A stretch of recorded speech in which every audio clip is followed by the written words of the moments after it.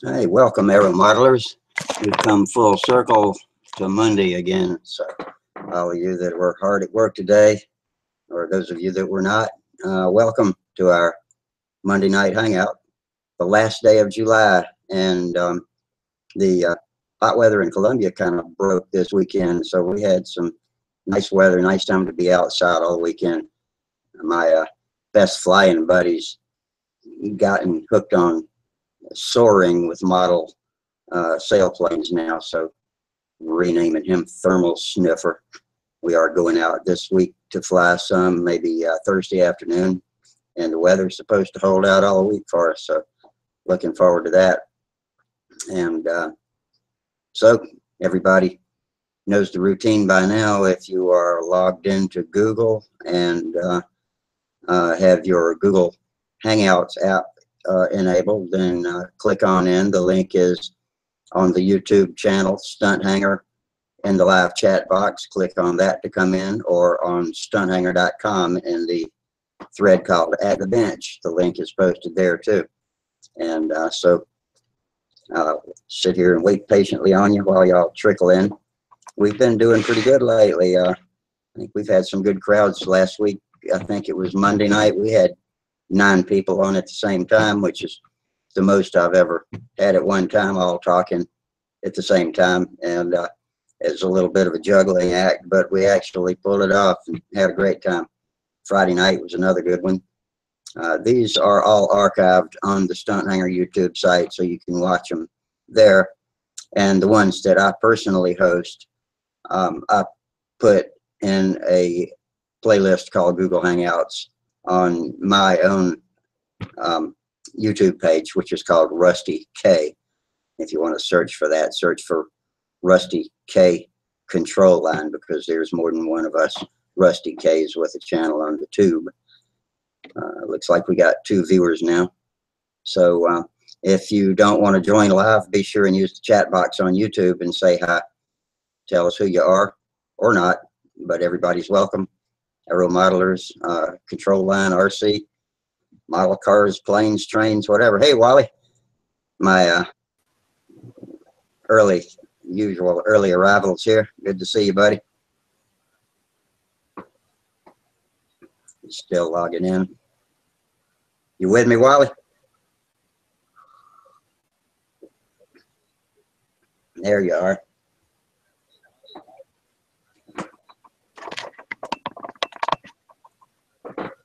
What's happening, brother? Have you got your mic turned on? Let me look at my control panel here and see if everything's turned on. David Melcher says, hello, Rusty. Hey, David. Trying to get Wally set up. I can see his face, but I can't hear his voice. Sparky called me a little while ago and asked if we were coming on, so he should be showing up. I know all y'all have been asking about him lately. How's that? Is that better? That's better, yeah. What'd you do? Have to plug something in? Yeah, I had my mic unplugged. I've been changing some stuff and rearranging. I'm still trying to get this Wi-Fi of mine going, which I know nothing about. Not having any luck. I'll have to have somebody who's got some brains come and show me how to deal with that. Well, maybe I can help you. Meanwhile, hey, Frank Washburn signed on with us. How you doing tonight, Frank? You at work?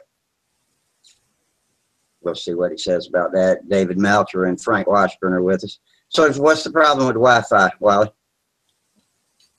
Well, this is what I've got. If I can get it out of here, out of my mess. This setup goes to Wi-Fi. That plugs into your USB port on your computer, right? Well, I've got the Wi-Fi, I don't know what you call this little round jobby that goes into a USB port that's supposed to pick this up. Yeah. To where you can, like, what I want to do ultimately is so that's a wireless. Go wireless this way.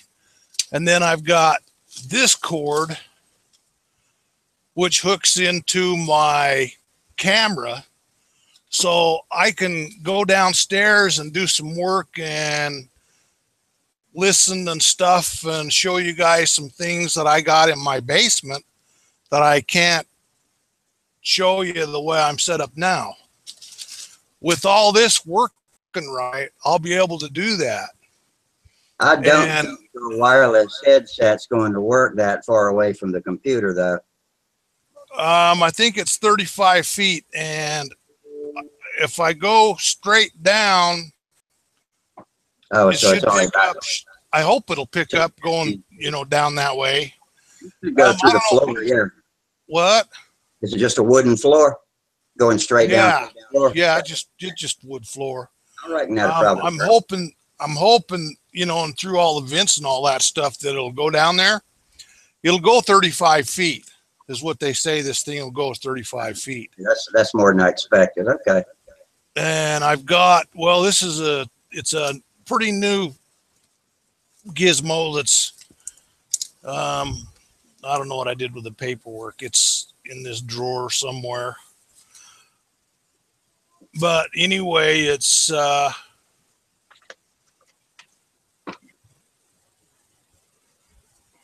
Bluetooth 40. Yeah. This deal here is supposed to plug in, and they say 35 feet, but yeah, I don't know.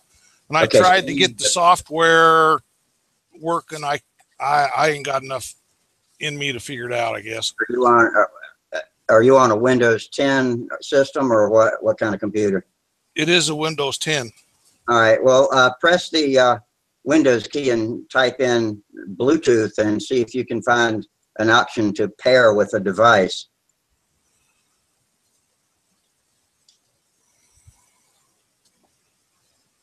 If you want to mess with it right now.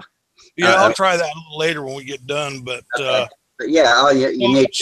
So you got to go into a Bluetooth and see if you can pair it up. Yeah, if your computer has Bluetooth capability. How old is your computer? Well, it's got some age to it, but the thing is, I just had it worked over by a guy that they put a new hard drive in it, and they put a bunch more memory in it, and put this Windows 10 on it, and it's supposed to be pretty good unit. So if I have any problems with it getting set up any farther, I think I'll call him and you need to see what he says. Yeah, ask him if that computer has Bluetooth capability, because there's probably a piece of hardware on that motherboard that has to be there in order for Bluetooth to work. So if you can pair it with your new device, then it's a pretty simple, short set of steps. But if not, then, well, I don't know, you can probably buy a Bluetooth adapter that plugs into USB also. But okay, so we'll see what comes of that. Well, another option's next early spring, is getting another computer. I've got another computer sitting on my table. In fact, it's right behind me. I don't know if you can see it, but it's old enough that it isn't going to work. I mean, I plugged that screen in to my computer here, and the screen's old enough it won't work with this computer. Yeah. So I think the computer's going to be the same way. I don't know if it's going to be any good. Yeah, I can see that's not even a wide format screen either. So well, yeah, that's anyway. That's the first thing you got to find out. Just see if your unit is Bluetooth compatible, and if it is, then we can go from there. But I might just, if it's no good, I'll just tell him just keep that computer. And if there's any parts or screws or anything that he can pull out of it to use, he can do that, and then see what it's gonna run me and everything to see. And I've got another screen that's almost as big as the one I'm looking at right now, which it's got a blue line that goes vertical in it. That's about 1/8 of an inch wide, about 3/4 of the way over from the side of the screen. And it's there. It's a nuisance. So, but the screen works other than that. So I'm thinking maybe I could get a computer set up in my basement. Now, if I could, then I can network these two together, and then I can run this one up here, which is my main unit, or hopefully get to where I can run one down there in my workshop, where I got like 3 workshops. I got one that's a plastic room where I do my plastics. I've got one that's my main shop down there, where I do all my woodwork. And then I got one out in my backyard, part of the driveway, that's a 9x16 shop that I do all kinds of odds and ends crap out there. Yeah. And I got airplanes hung up out there, and anyway, it's just going to take me a little time to get there, but I'll get there. So, because I'd like to be able to share all this stuff with you and the guys, because I got some pretty cool stuff. Sounds like you're up to your ears and stuff to work on. That's pretty cool. All right. Yeah. Well, it's like my grandson says, between my wood airplanes, nitros, between my rubber band airplanes, between my plastic airplanes, and everything else is down there. He says, Grandpa, you got to live until you're 150 to build all these. Yeah. Well, we'll try. There's a lot of people that feel that way, I think. Yeah. And Ken Colbert's on with us. Hi, Ken. And now we got somebody, the T-Bone 1260, Tom Luciano, saying hello. Hi, T-Bone. How you doing? I don't believe I remember you being on with us before, but welcome. We're all about aero modeling here, but we're all about whatever. Everybody's welcome. And Ken, good. I hope that was useful information I gave you on mixing fuel. We had talked about that. I ended up PMing him and sending him some info. And there's plenty of online calculators for finding out how to mix different proportions of fuel. And if you type in what you've got to begin with and what you want as your end product, it'll tell you exactly how much to add, and it'll tell you how much of each of the components are there when you get through. And the one that I sent him was more simple than that, but you can get them that as complex as you want. So that's pretty handy. So this was a good weekend. I was saying before you got on that the hot weather in Columbia kind of broke. It was in the, I guess, low 90s at the worst, high 80s maybe both days this weekend. So I got 2 solid days in the shop, mostly putting that P40 together, and got pretty far along on that. That's actually been kind of a fun build. I hadn't had a chance in so long to do anything fun to build, because I was always fixing something that had to be done because I wrecked it and had a contest coming up or something like that. So it's nice to get back to a little fun building once in a while. Yeah. So Rusty, somewhere along the line, I missed out. What's the P40? Well, you remember I got a Cardinal kit that I was talking about, and I was just getting the paperwork out and looking at the wood. And about the time I was about to cut the first piece of wood, UPS truck rolls up. Out comes a box as big as I am, propped up against the door. I'm like, what the hell? A friend of mine had said that I was going to get something from Brodak that I didn't order. So I've been peeking in the mailbox every day for about 4 or 5 days, thinking, oh, some cool trinket's coming. Well, this ARF showed up, brand new P40 ARF from Brodak. Oh, wow. So I had, the Cardinal was occupying my mind. I was making plans, deciding how to stiffen the fuselage up, and we had talked some about that. But I thought, okay, well, I'll put this ARF back here and kind of work at it while I'm working on the Cardinal. But every time I walked into the shop, I started gravitating towards that P40, and before I knew it, it was in full-blown assembly mode. And of course, the book says you can assemble this in 5 hours. Well, Yeah. it took me like 3 months to put my Oriental ARF together. Really? I redid everything, bell crank, lead outs, bushed them and crimped and assuaged them properly, wrapped them, and screw this. This thing's meant to fly right out of the box. It's going to fly right out of the box. So I just started jamming it together and using CA glue, except I did put real hinges on the flaps. I didn't want CA hinges, you know, I got to go buy a piece of carbon fiber for the push rod, but most everything else is going right together. And so I expect it'll be flying within a week or two. A guy on Cox Engine Forum sent me a couple of old toasty looking LA 46s to combine and, or maybe use both of them. So I'm in good shape right now. And I see Sparky's with us. Hey, Sparky. Cool. Hey, what's going on, guys? Hey, hey, Sparky. We're just hanging out, hoping for another record crowd tonight. All right. Had 9 of us on last Monday, I think. Is that when it was, Wally? Last Monday? Was it Monday or Friday? Yeah, I think it was Monday. Yeah. Yeah, Monday was a lot of people on here. And for an hour, I think we had them on anyway, all of them. Yeah, and a lot of YouTubers too. And David Melcher wants to know, what's the shelf life of Nitro Morgan Cool Power fuel?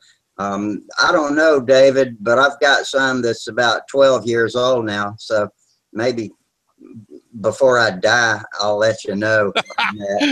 But right now I use it to block up the wings level off the table when I jig a plane to glue the wing in. But I do not know.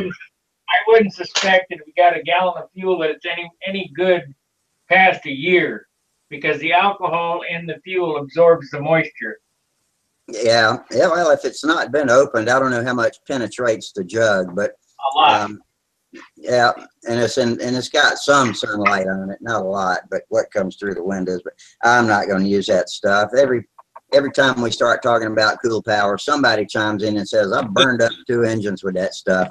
I think Ken might have been one that said that the other night. I can't remember who it was, but that is our C fuel and car fuel, but it's not got the right nitro percent or the right castor oil percentage for the engines most of us like to use. Now, you ball bearing engine guys, maybe you can get away with it just fine, but the closest thing Morgan makes in the cool power line is the 4-stroke fuel, and it's got a 17% 50-50 castor synthetic blend of oil. So you could probably get away with that and be okay. That's Rusty's final word on cool power. But I use VP Fuels, what is it, Power Master, 1022, depends on where you live, what your altitude is, of what nitro percentage you prefer, but that's my go-to fuel. If I run out of it, I'll use SIG 1020, and it's pretty seamless. You can go from a tank of Power Master to a tank of SIG without even making a needle adjustment usually, and not tell any difference. That's been my experience anyway, but I'm just a hack. So talk to the experts if you really want to know the differences. So what is your that P40 Rodak kit? Is that the profile? Yes, it is. It's the one for a size 40 to 50 engine. It says size 40 to 46, I think, is what it says on the box. I think it's the same one my son has. I think it goes all the way to 50. I'm thinking this plane's going to weigh in the low to mid 40 something ounce range. It's a pretty big airplane wing. Yeah, it's 43 inches or so. Oh, that's not the one he's got. The one he's got's bigger than that. Maybe it's closer to 48. I'm not sure. Yeah, his is definitely in the 50s. It's a big wing. Oh, is it? Yeah, no, yeah. This one's not that big. I might have been mistaken the first time. It's probably close to 48. It's about the same size as my twister wing, I think. Huh. Well, that kit that he's got, that's the ARF, that profile, looks like it'd go together pretty good. And anyway, it's looks like it ought to fly nice. It's got good parts and stuff in it.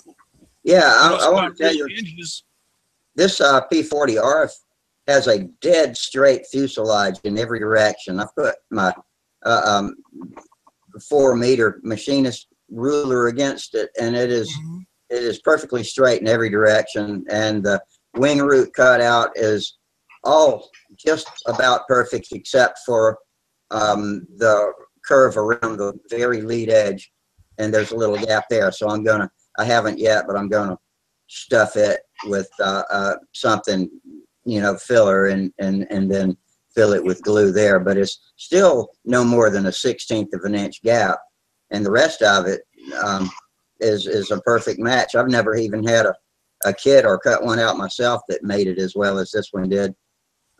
So all the wood's straight. It's got short flaps on it, so they're thick and straight, no problem. And like I said, I hinged them with the Dubro flat pin hinges, and I worked on it all day Saturday and Sunday, just not rushing, but got it together. And I quit last night when I ran out of CA glue. I was fixing to put the stabilizer in place and ran dry. So I think that's the first time I've ever actually used up a whole bottle of thin CA. Wow. That thing should work good with those LAs, either 40 or 46. Should work really good.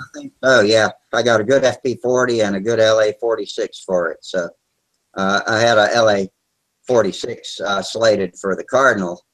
But now that I've got the extra ones that, look like they need a quick rebuild, then you can't have too many LA 46s if you fly on the level I do, is I don't have any need for the high-end stunt engines as of yet. It would be nice to have them, but I can't justify it. Yeah, that's a good, reliable engine. They're not the powerhouse, but they start good. They run good. I mean, They're just steady. They're dependable. Yeah, and yeah. they always use about the same amount of fuel. It changes, of course, with temperature, but it's predictable. It's the most predictable engine I've ever run. And I don't try to get a 4.2 brake out of it. I just run a wet tube, and it just chugs right along. And my Cardinal I was using it on, that's the only plane I've used it on, weighed 51.7 ounces, and it was a piece of cake, no problem. And I don't have much this was you running Uniflow on that? What'd you say? Did you run Uniflow on that? No, I started out with a Uniflow metal tank, but it was leaky and old. And so I got a Sullivan slant face 6 ounce. They don't make a 5 ounce clunk tank. And I take the feed line and run it back to the clunk. And then I take the 2 vents. I'll go ahead and open up. So I've got 2 vents. One makes it easier, one for filling and one for pressure. And I just curve them straight up to the top with the wide side against the fuselage, and then chamfer them so they don't suck up to the top of the tank. And it runs just as steady as a Uniflow. I don't get any warning it's going to cut off until the last lap, and then boom, she shuts off. It was so dependable on fuel usage. I used to, probably dumbly so, but I used to run 2 laps after the clover, time after time after time. And it would always cut off 2 laps after the clover. But I started deciding it was smarter to run 7 laps after it. So, I started adding a little more fuel. But I like those clunks because you can look in it and see how the fuel level is, rather than having to fill it up and then suck it back down to where you want the fuel level to be. Either way, it's fine, but it's nice to be able to see it, and they're easy to work with. So what you working on, Sparky? I'm just tinkering with my new airplanes. I'd like to make a couple of announcements. Okay. Well, we went through the problem with the forum with the PHP7. It took the hobby shop registration down, and I didn't find out about that until I guess 2 or 3 days ago. And nobody could log into the hobby shop. I was wondering why the orders were down. And Tom called me and said that we haven't had any orders. Well,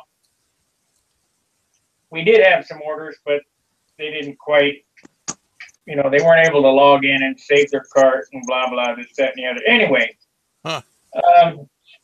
it's fixed now. If you want to log into the hobby shop, you can log in to your account, and all your information saved. So that's a good thing. As some know, I out of state here, and I've ended up with a studio apartment, and I'm going to do a program called In the Circle once a week for an hour, and it's going to be reporting on contest events and contest results and any tips and tricks and stuff off the forum. That program in there. I'll probably do that Wednesday.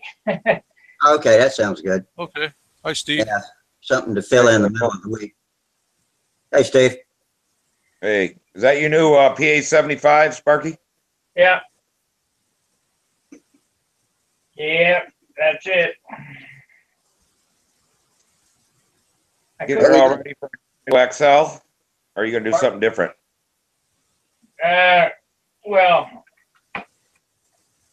XL is just a name. It's going to be the same numbers as what this is right here. I'm probably going to do some different aesthetics on it, but it'll be close. Oh, okay.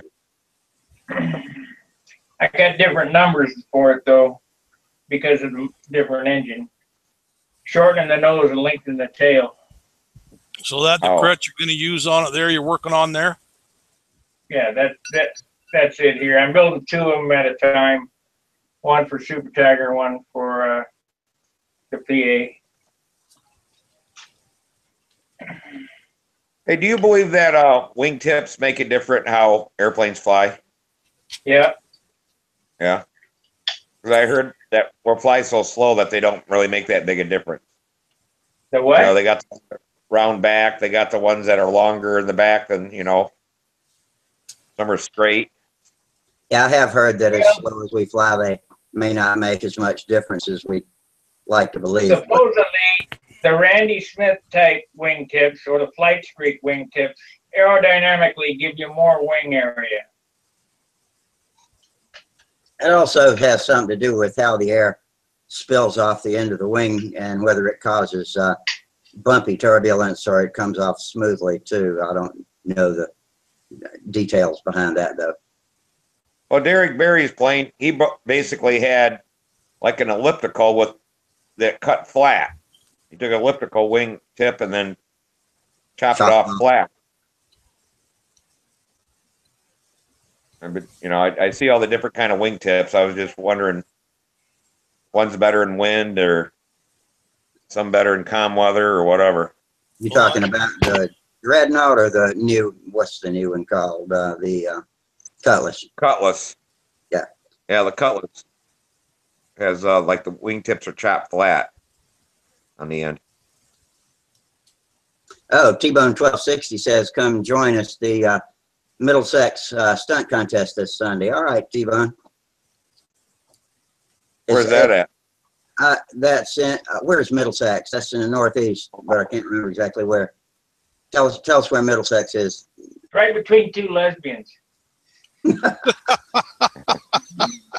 Thank you, Sparky, for dropping in on us now. The peanut gallery has returned. I need to find them two ladies. Yeah, well, you live in Idaho. You'd probably figure something out.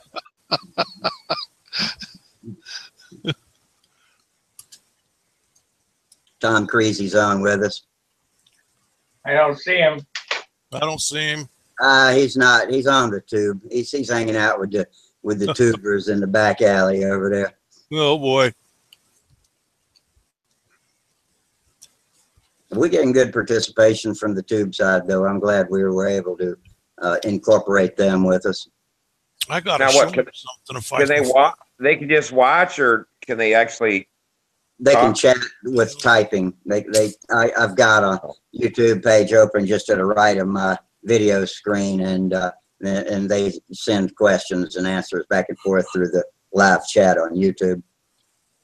So I just got 2 tabs open. What do you guys think of that hobby show interview? Not the interview was not a big deal. It's that girl. God, she's cute. I don't know what you're talking about. What is it? The interview that Hobby Show TV did with me. I like her. Yeah. I don't know. I'll have to look for it. She's cute. It's featured on our channel. Okay, I'll take a look. I haven't had any time for watching YouTube lately, so I need to get on and catch up with your channel too. I see you've put a lot of stuff up that I hadn't had a chance to look at yet since before the Nats.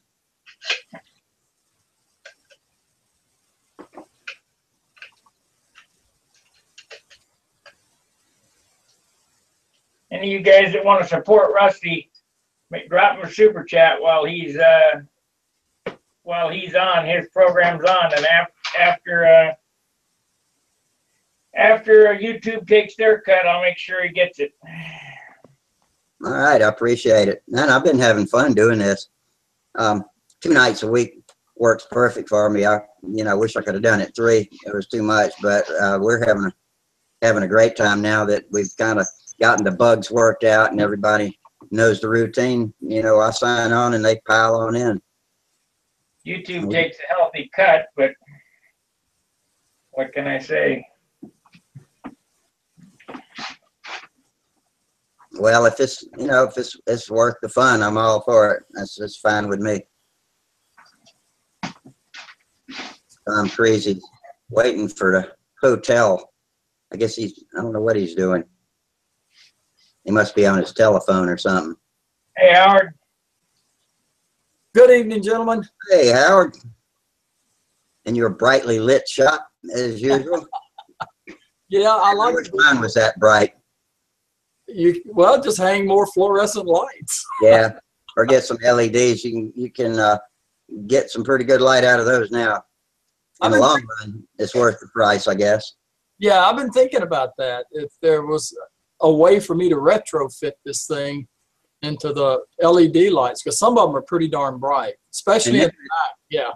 They're getting the color spectrum more agreeable now. At first, they were kind of too blue, but they put out a good white light now, so that's great. Yeah, I bought 4 that were, I guess, like an incandescent light bulb. I don't remember what the temperature was, 2700 or something like that. And then I also bought 4 that I didn't read the label correctly, and they were this blue. They're goofy looking. I mean, it doesn't even look real. It's sickening, kind of. Yeah. Yeah. But what are you going to do? You've already used them. You can't take them back. Yeah. But yeah, watch out. You're right about reading the labels, because you can have 2 that look identical right next to each other, and one puts out significantly more lumens than the other.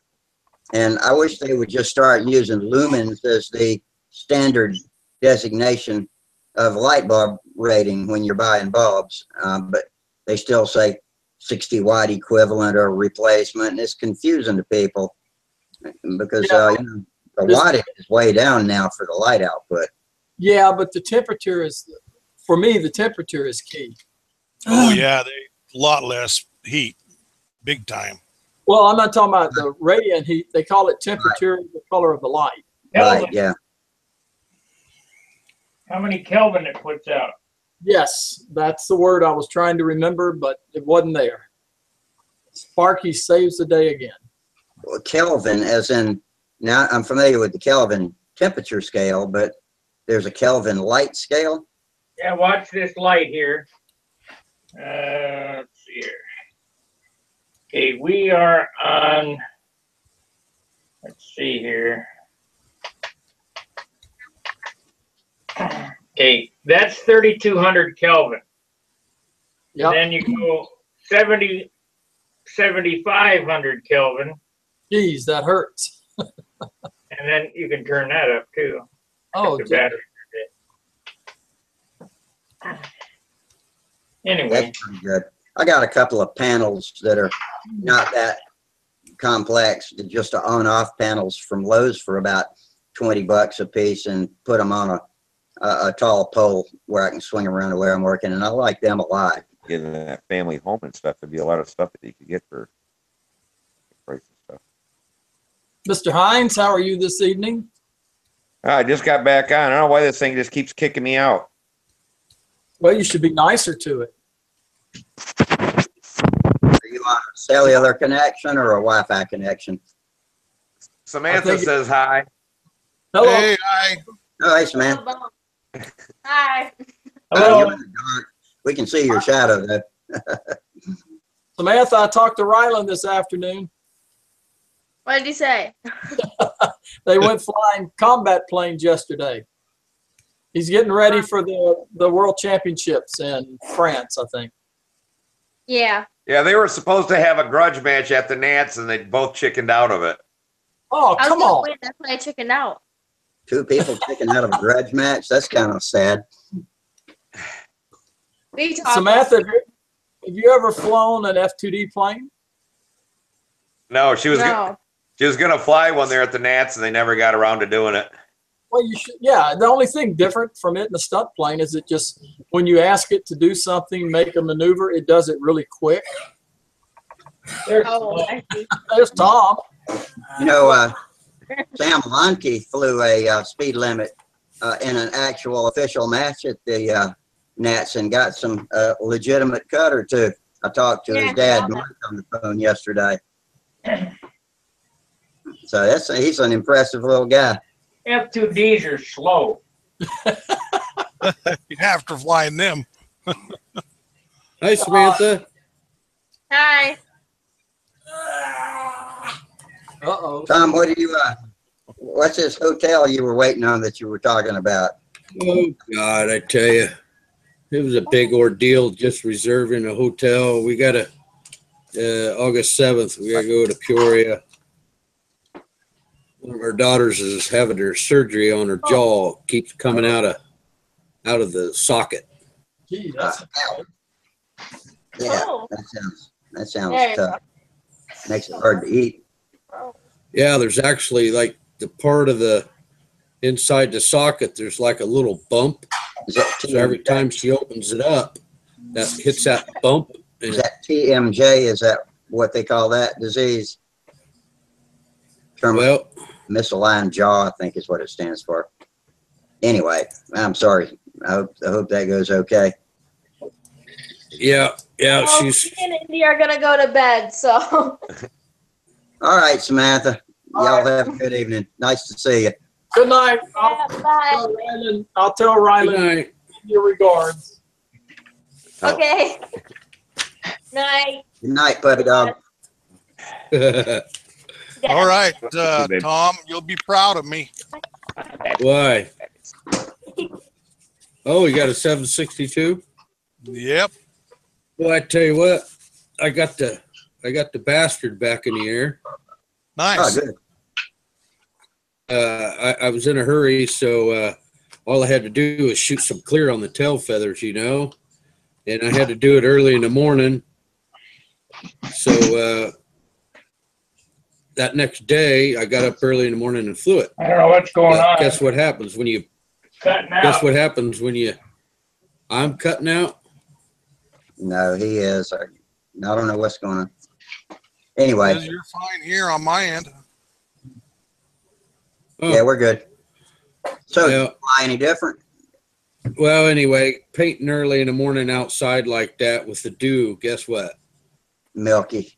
Much like that. Yeah. So now I got a milky ass in on the thing. Yeah.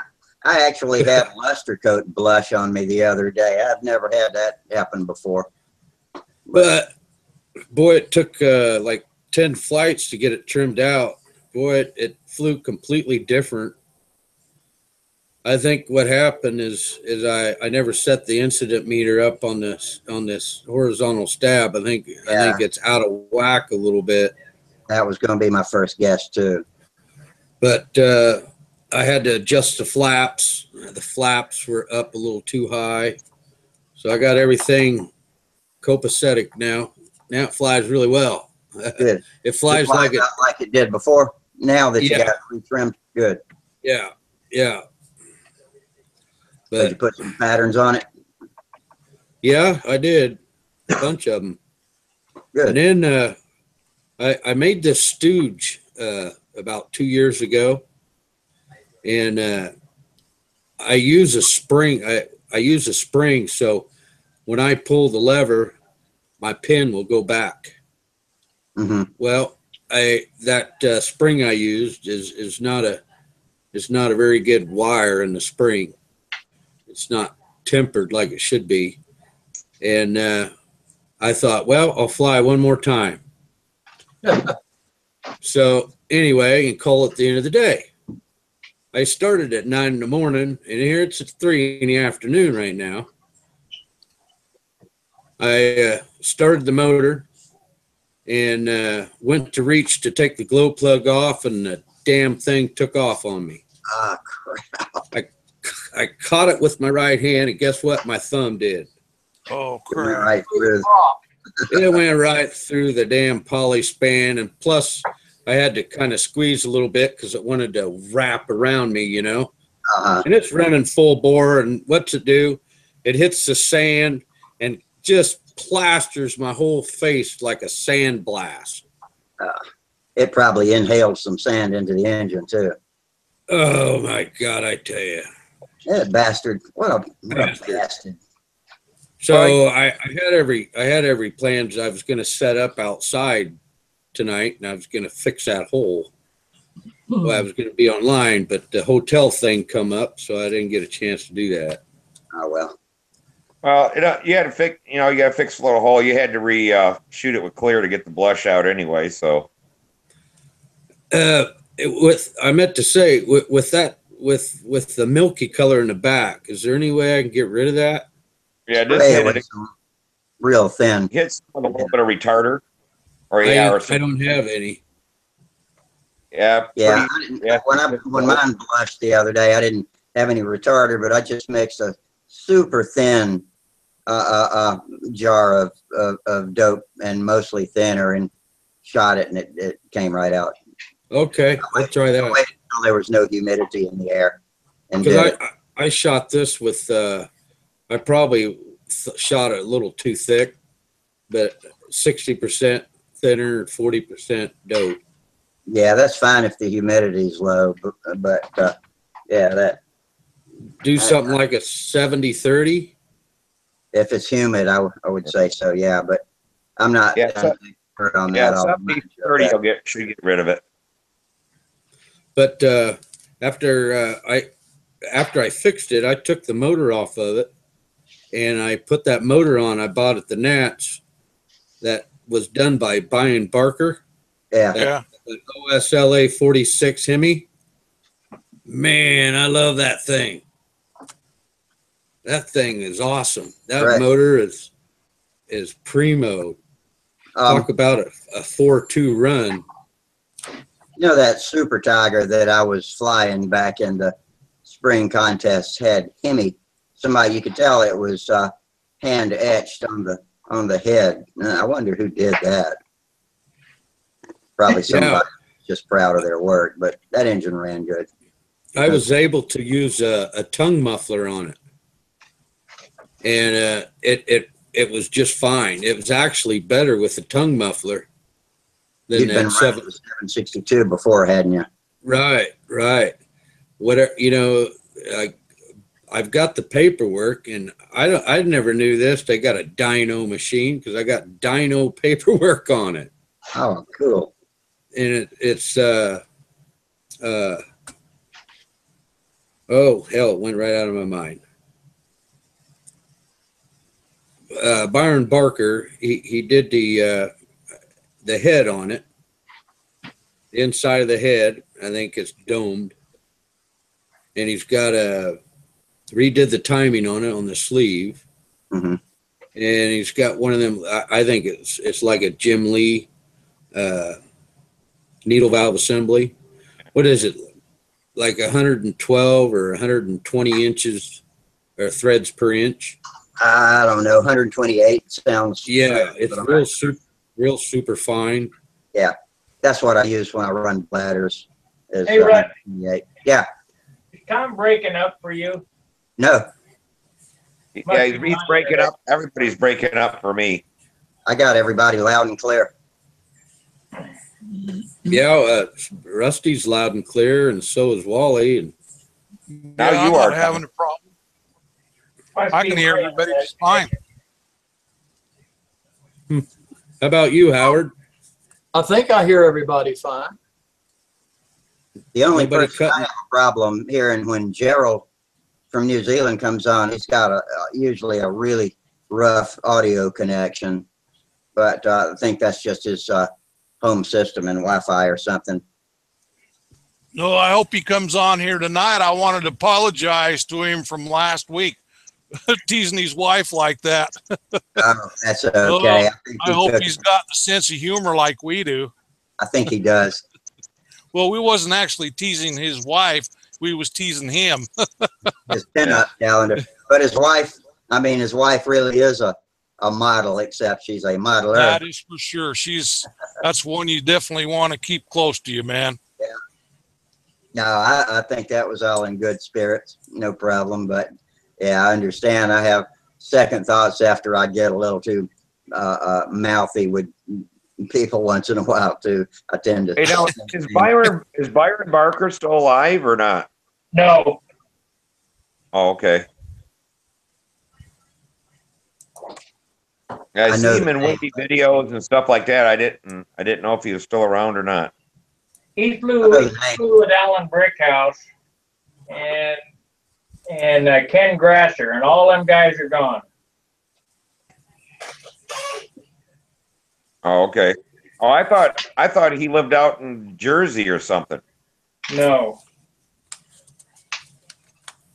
Oh, back 10, 15 minutes ago, I asked T-Bone 1260 where Middlesex was. He responded, and I didn't notice, New Jersey. Tom is his name. Tom L. Okay. Yeah. What's that? There's actually a town called Middlesex?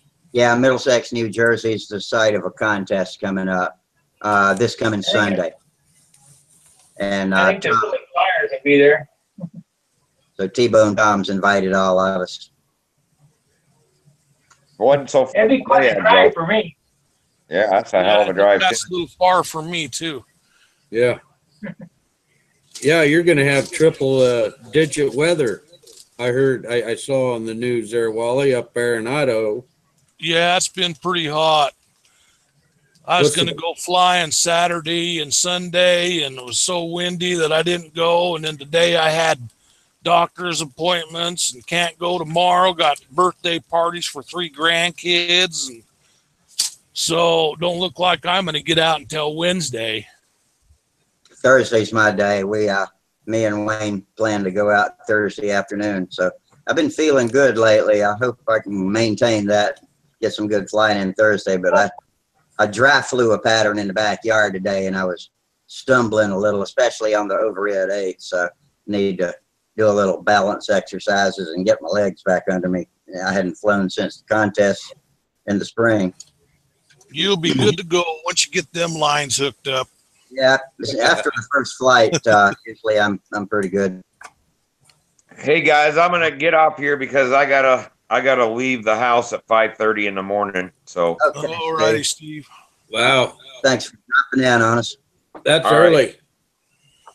Yeah, see you later. yeah, I gotta go to a damn. I got an hour drive to the job up at Yoplait, and then I gotta do a half an hour safety deal before I go in the plant. It's once a year, and I haven't been there now. It's over a year, so I got to recertify. Drive safe. All right. Yeah. See you, man. See you Friday. Adios. Well, I checked on your threaded inserts, Rusty. Smallest I can find is 440s. Is it okay? Going now. Right now the 440 you can get heavy wall, thin wall, and steel. You can get a coil, which is like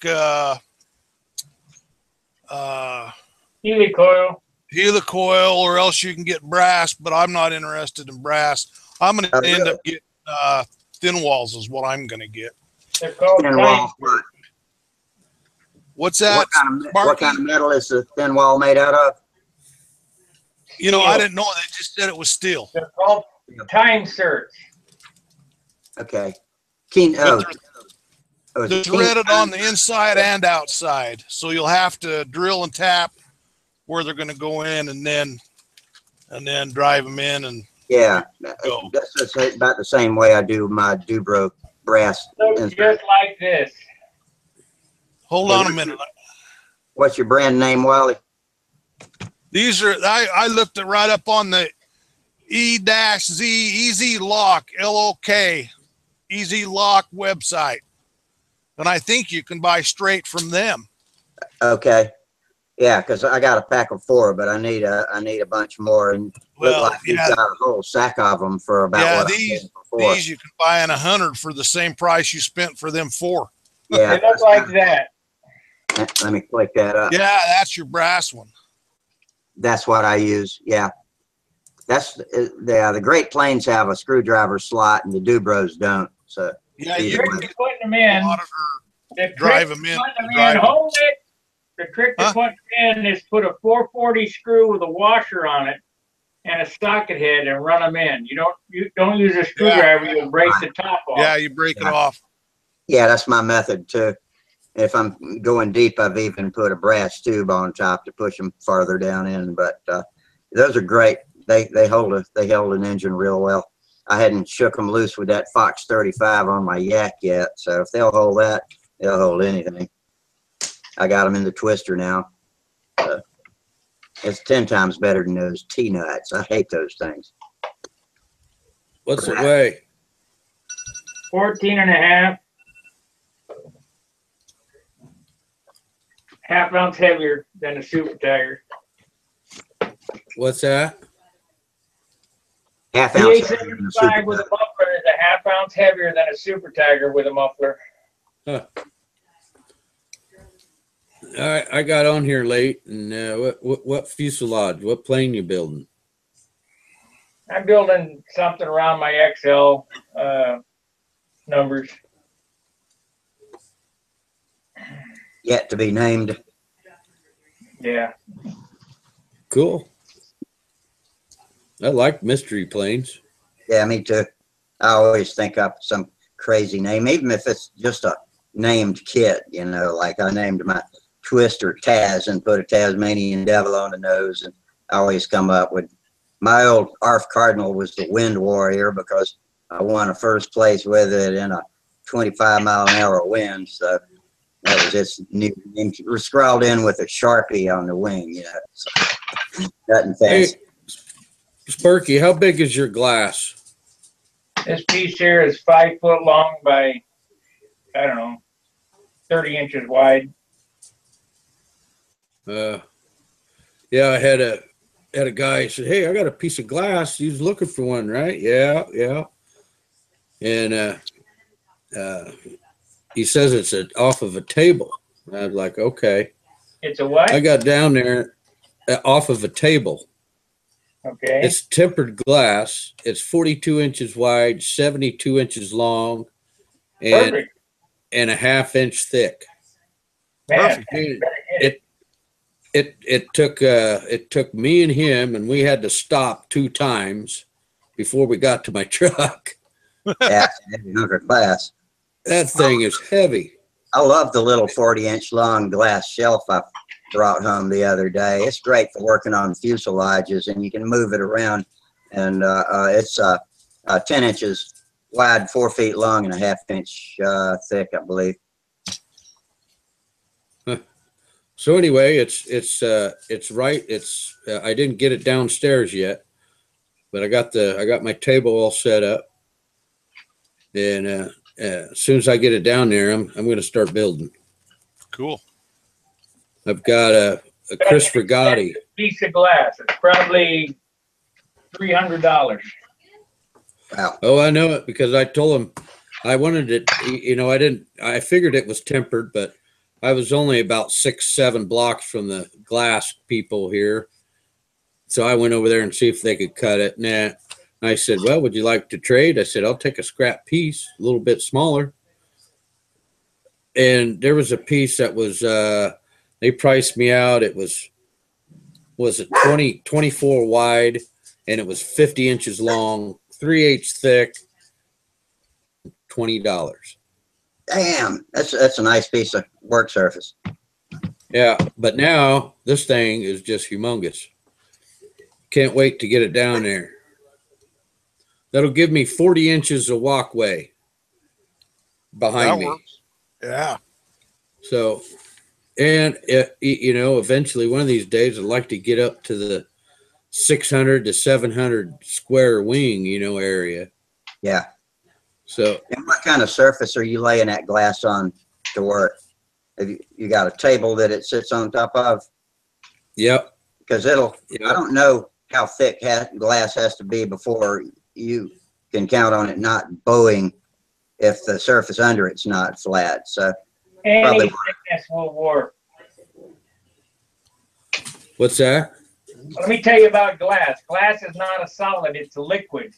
If you stand a piece of glass up against the wall and measure it with a micrometer at the top and at the bottom, come back a year later, it'll be thicker at the bottom than at the top. Yeah. It flows. It's actually a fluid. Well, this sucks because, boy, he's had it on edge for a long time. I know at least a year. Well, I'll show you how to level it up with a couple pieces of thread. No big deal. Couple pieces of what? Thread. Thread. Sewing thread. Thread. Hmm. Yeah. You take a piece of balsa wood like 1/8 inch thick or 1/4 inch thick. You put it on the edge at the corner here and one on the other corner. And you run 2 pieces of thread across this way. You put another stick over there, 1/4 inch. And you run 1 piece in between the 2 like this. And you shim it up until that thread is right perfect in between them. And that's how you get it straight. Yeah, because it should be a uniform slant. So it's not like it's wavy or anything. Okay. I'll try that. No big deal. So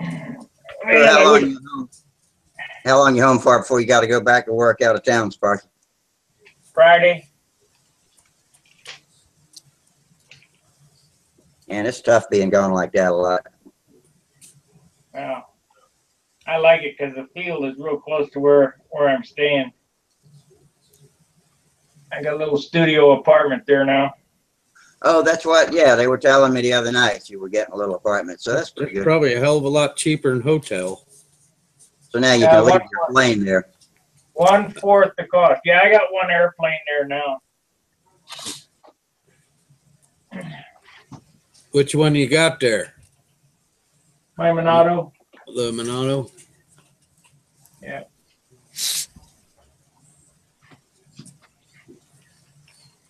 Is that Monado bigger than the Junar? Is it a bigger Yeah. plane? Yep.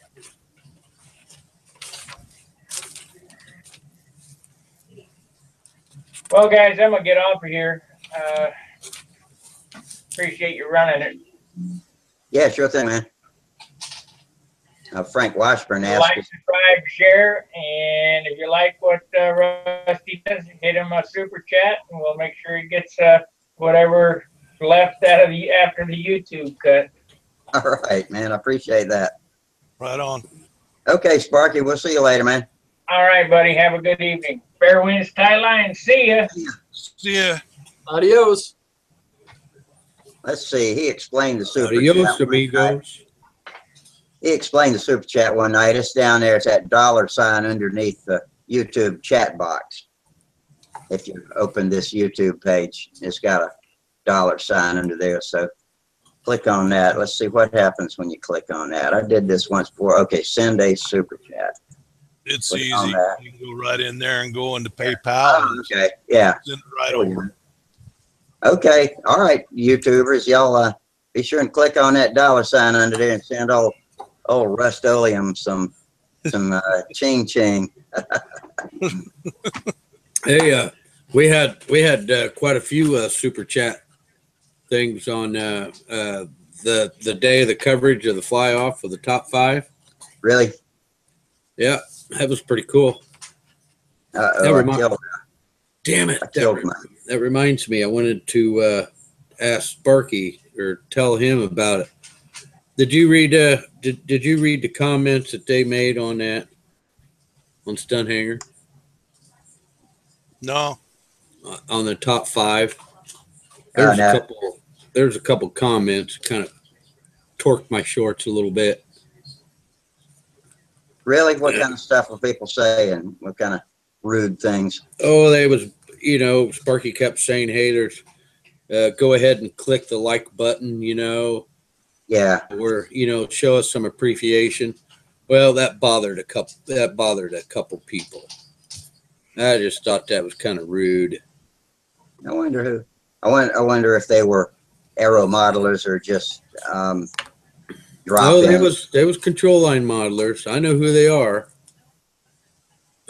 I just thought it was kind of rude. I mean, for one thing, they don't understand anything about a stream, a live stream like that, or hit the like button, and stuff that, yeah, shows a little appreciation. And he's out there holding a damn phone for 2 hours, pretty steady, I thought. Yeah. And I just, yeah, if they think they could do any better, they ought to get out there and do it. That's what. I doubt if they were out there winning contests either, or even trying. So I don't know. It's all kinds of people watch us. You just got to have a thick skin when you go on the internet, because, and being, hidden from the world in your, in your living room. No, that's why I'm saying something now to him. I got a thick enough skin to say something to him. They could do any better. If they think that bothers them, whatever, then why don't they do it? Get out there and do something then. Yeah. There's no sense trying to make sense of it. I know it. Frank wants to know if any of us use Zor props on our control line planes, and I know I've heard y'all mention them before. Zor props, XOR. I've got some. In fact, I got a 12.4 on a 60 right now. What's your impression of it? RC airplanes, they're good props. They're close to balanced. Yeah, they're supposed to actually be balanced, aren't they? Yeah, I mean, they're supposed to be, if I remember right. But yeah, I mean, nothing's perfectly balanced. That's pretty close to impossible. But they're as close as anything I've ever seen. There's very little work to get them to balance. So they're all made out of wood, right? Yeah, nice, good quality construction, good prop. Yeah. Are they wood? Yeah. Yeah. Well, wasn't it you, Harold, that was showing us one the other day that you'd sanded a little bit on the back side of it? I mean, it didn't take hardly anything to balance the thing. Yeah. Well, I mean, it's on the airplane now, so I don't want to take. I'm too lazy to take it off. So, but yeah, they balance. It took probably 30 to 45 seconds to get it perfectly balanced, which really does no good because the prop nut on the motor isn't balanced. Yeah. So it's almost, I mean, you just don't want it way out of whack. So you got something vibrating the whole front of the aircraft off.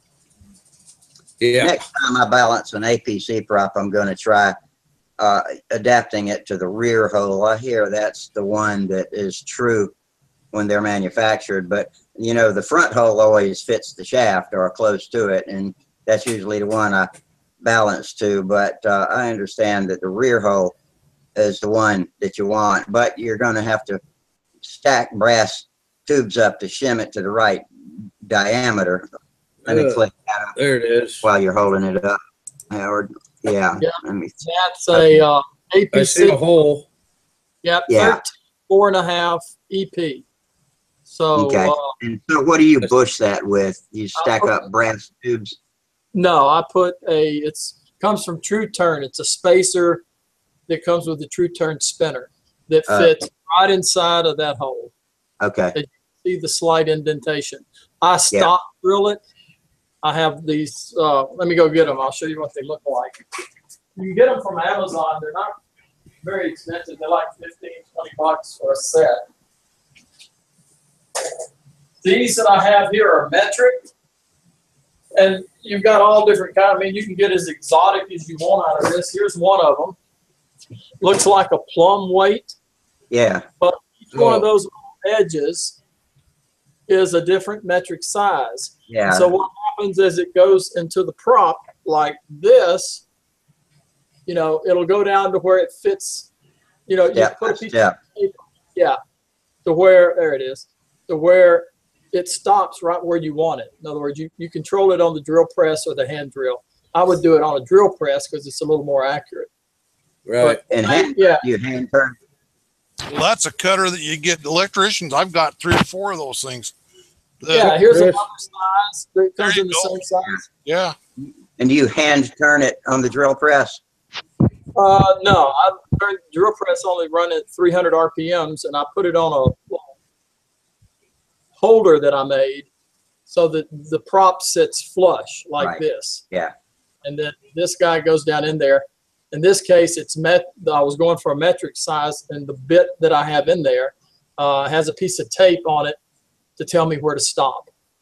And so I pull it down slowly until it gets right to the point where the blue tape is, and then I lift it up and everything fits. I can probably get that from the same Chinese guy on YouTube that I get my drills, taps and dies from.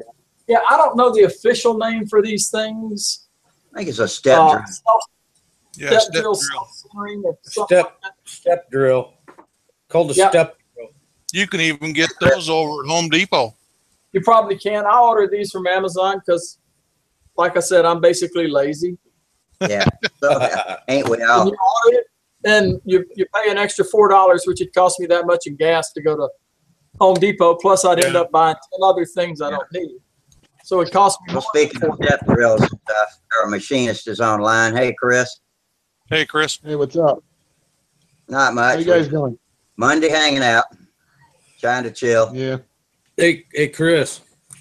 Yeah. That engine I bought, off of Bob. That OSLA 46 with the Hemi head on it, been retimed and machined and everything. That son of a bitch is awesome. Cool. Yeah, that thing really runs. Looking for a plane with the one I bought. Huh? I'm looking for a plane to put the one I bought in. Yeah, I put it on the bastard. Is yours worked over, Chris, like Tom's is? It's supposed to be. Right on. I can actually that tongue muffler makes that engine louder. Really? So the noise of that engine fits that plane. There you go. You mean louder than a stock muffler or louder than the engine without a muffler? It's to me, it's almost as loud as not having a muffler. Yeah. You got a bunch of extra holes drilled in it. And yeah, dude. And when it's going around the circle, I can hear the echo off the buildings, and it's like this. It's like, wow. It's real loud. I love those echoes. I get a good echo in my churchyard across the street from my little engines. Yeah. That's cool. cool. 62, it really silences them up, you know. But I was gonna go fly over there at the church this weekend, but my wife ended up going off Saturday at the time I would have flown, and I'm not gonna fly alone in the state I'm in right now, so I just put it off. But I'll get out there and make y'all a video one of these days soon. yeah, I gotta redo my stooge. I gotta find a spring. There you go. Yeah, I'm gonna get one of those too myself. That's what I do to center the prop, to get the hole centered in the prop that's the right size for the spacer. I take one of these, whatever the correct technical term for that drill is, and I put a piece of tape where I want it to stop so that I have a visual cue. And then I use the drill press to go down on the prop. It's in a holder, so the prop is centered. That's a 10 millimeter because the OD of the spacer I'm using from True Turn is 10 millimeter that fits over the shaft of the mounting or the motor. So anyway, that's how I know high-tech stuff. And these drill things here, these whatever they are, reamers or whatever, They're step drills. Yeah. Step drill, they're inexpensive. I mean, the whole set, this came out of that other set, and it has, I think, 4 in it. This one's metric, and it was like 10, 15 bucks. It wasn't much at all. They're not high quality, but they do what they're supposed to do. Or yeah, for just a modeler shop that's high enough quality. Yeah, I finally got around to getting myself a prop reamer I've been needing one forever and finally got it. So I don't know if it's got the right size. I'm going to put that in my cart, Howard. I'm going to get me one of them because I have one of these Jim Lee's. It's so I can set the motor back 3/4 of an inch. Yeah, he makes good stuff. It's a 3/4 spacer, but it's 3/8 works, but I think it's a little hair too big. So yeah, I might check into that metric. Yeah, they have 2 different kinds. They have one that are all American standard and one that are all metric. The one I have has, let me go get it again. It's not, yeah. It's Right, buy those at Harbor Freight. Or Harbor Freight. Yeah, that would Right. It's real easy with Amazon Prime. I put it in there, order it, I got it in 2 days. And I didn't go spend a bunch of extra money at Home Depot that I wasn't counting on. So this one here is where this came out of, and it's got all of these different ones in it. And that was under 20 bucks. I don't remember exactly how much it was, but it was probably 15. I mean, it wasn't that expensive. Is that aluminum? Is that an aluminum case that them come in? Oh yeah, Wow. the Chinese manufacturing give you high quality stuff. Hot damn. And these are all metric. So they've got go in steps from 6 through 35 millimeter, 4 through 22 millimeter, 6 through 18, 4 through 12, which is this one. It goes in 1 millimeter increments. That's why I chose it. Cool. Yeah, moving up. Wow, hair now. I got to go get me a set of those. Yeah, I like the case. Yeah. Hey, Gerald. Hi, Rusty. Hey, Gerald. Hi there, Rusty. Hi, I'm Wally, and we got there Howard, and yeah, good to see you. Hey, Oh, Wally, Gerald, he insulted you the other night. Gerald, I was going to tell you, I was telling these guys, I got to apologize to you tonight for coming across the way I did with talking about your wife the other night. I said, I hope he's got a sense of humor like we do. But yeah, on the serious side, you keep a hold of that wife of yours by your side, dude. She's pretty good. She's flying on the weekend. Yeah, when you've been divorced as long as I can, boy, I'll tell you what, I can give you some advice. Keep a hold of that. Hey, Rusty, I got a question for my you. wife was flying on the weekend. Hey, didn't you say you owned a Oriental Bro Deck?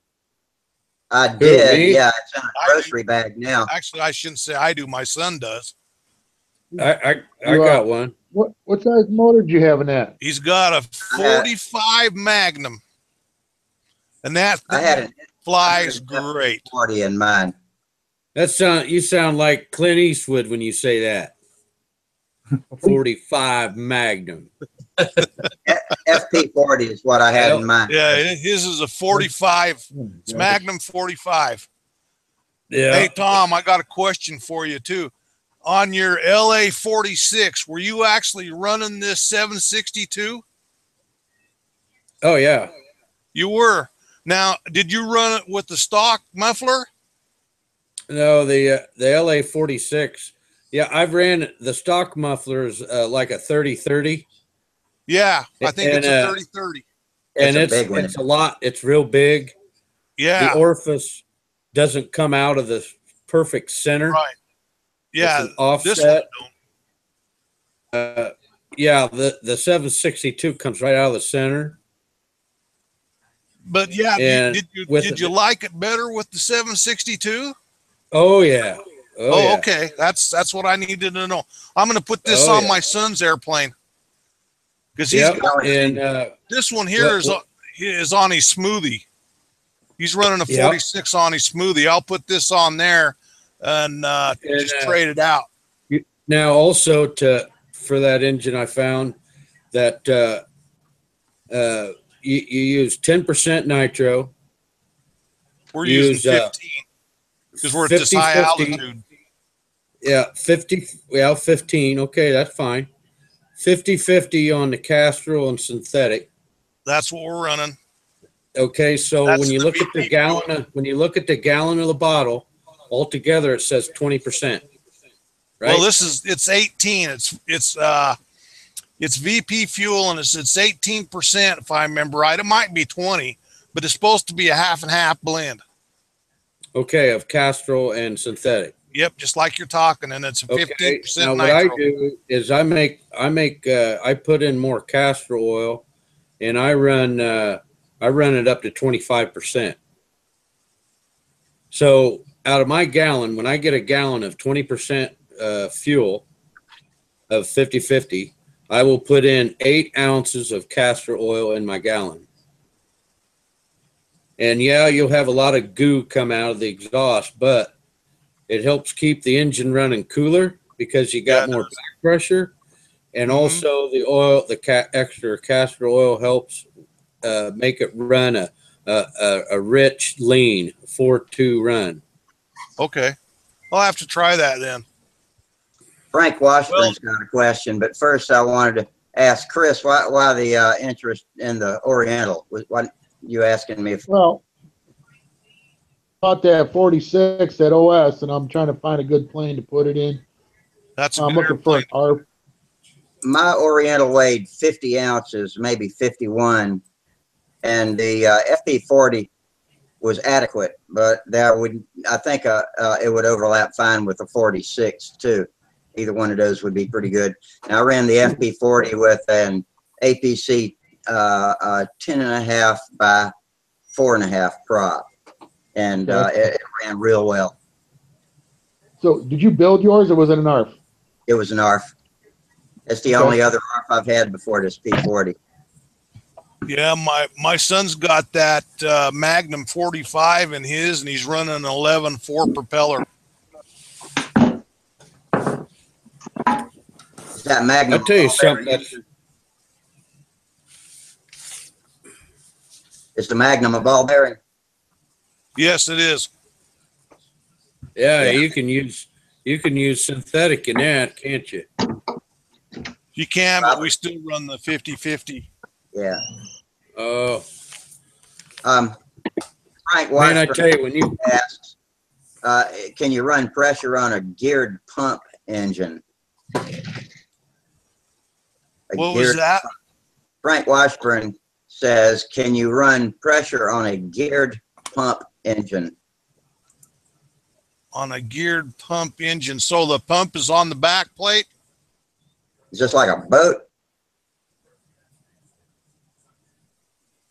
I don't know what I would think that would be the way you'd want to run that pump, is with pressure myself. Isn't that the way the RC guys set them up? Howard, you ought to know that one, don't you? Do you know that? Well, normally if it has a pump on it, the pump is, I mean, it's what actually pulls the fuel up to the engine, so there is no pressure. Like on a 150cc engine, the pump itself is inside the Walbro carburetor. So that's need pressure. Running on, it's running on draw. But so on a geared glow engine, yeah, I'm not familiar with a geared glow engine like that, so I wouldn't know. There's a pump on it though. I wouldn't think so. Out in the sunlight now. Yeah, you would. Hey Gerald, what you doing out in the sun? yeah, just getting the kid outside. It's dark here where I'm at. You're on the wrong side of the earth. Well, just don't start digging a hole. You might hit the top of my head. Or no, you hit my feet. You hit my feet. That's it. Did you get a chance to go flying, Harold? Are you talking to me? Gerald, yeah, Gerald. Did you get a chance? Gerald, sorry. Yeah, you said we were flying on the weekend. Yeah, we were flying on the weekend. Great. We were flying at a school on the weekend, and the problem I had on the weekend was somebody said, "You've got rust in your fuel." Using little tin cans like this to put my fuel in, and it didn't take long for them to go all rusty. And we're getting specks of rust in the fuel. So somebody said, "You're going to have to change your the way you do your fuel, because they look okay, but it's just you get the rust starting in the corners of the can." And then I had filtered all the fuel, but I'll have to change the plastic containers. Yeah, go to plastic. Put it through a coffee filter and clean it out, I guess. Yeah. Yeah, for years I used steel ones, but just as they got old, I suppose, I started picking up rust in it. And in the past, I used to use big gallon containers and went through it quite quickly. But I suppose just as a container gets old, it collects the moisture, and you probably get the condensation in metal containers as well. You run fuel filters on your planes, Gerald? Not all of them. The kids' planes didn't have filters on them, and that was one of my problems, that I had filters on some and filters not on others, and I'd filter the fuel bottles, but it didn't always guarantee you'd catch it. So a guy borrowed some of my fuel and said, "Oh, look, your fuel's got rust in it." So at that point I realised, I've probably been ruining my motors and blaming my oil and other things for what's probably my own fault for running metal containers. So we had a nice flying session anyway. My wife flew her Skyray 35, and I flew a couple of models with my sons, and we got plenty of flying done, but it's just a bit mushy. I could walk out and show you where our flying field is at home. I don't know if I'll be in range though. I'll try and show you where our flying field is anyway. But yeah, most of the times I go into the city and fly at Bruce McLaren School. A number of people there that are keen on flying, and well, to get a group of friends flying rather than flying on your own. Oh yeah. Yeah, I do a lot of flying on my own. It's a lot more relaxing flying with 3 or 4 people, because you can take turns and sit and chat and help each other pit, and it's just a much more fun way to do it. Yeah, you got that right. I hate being out there all damn day and all by myself. And it wasn't really. Yeah, I drove an hour on your own to go flying. We sat there because it was too windy. We had bullshit all day. Yeah. Hey, Minnesota Mike's dropped into YouTube. Hey, Mike, how's it going, buddy? He's comments he uses PowerMaster 1022 in his LA 46. Gerald, where are you located? In north of Auckland in New Zealand. Oh, cool. So yeah, we've got. I was just going to show you. We've got 2 flying circles. I haven't been able to mow them because it's so wet. One that's fenced in, and another flying circle that we've got surrounded with trees and plants. Oh, that's lush and green. Wow, that'd be sweet. But it is wet. It hasn't rained for a couple of days, which is surprising.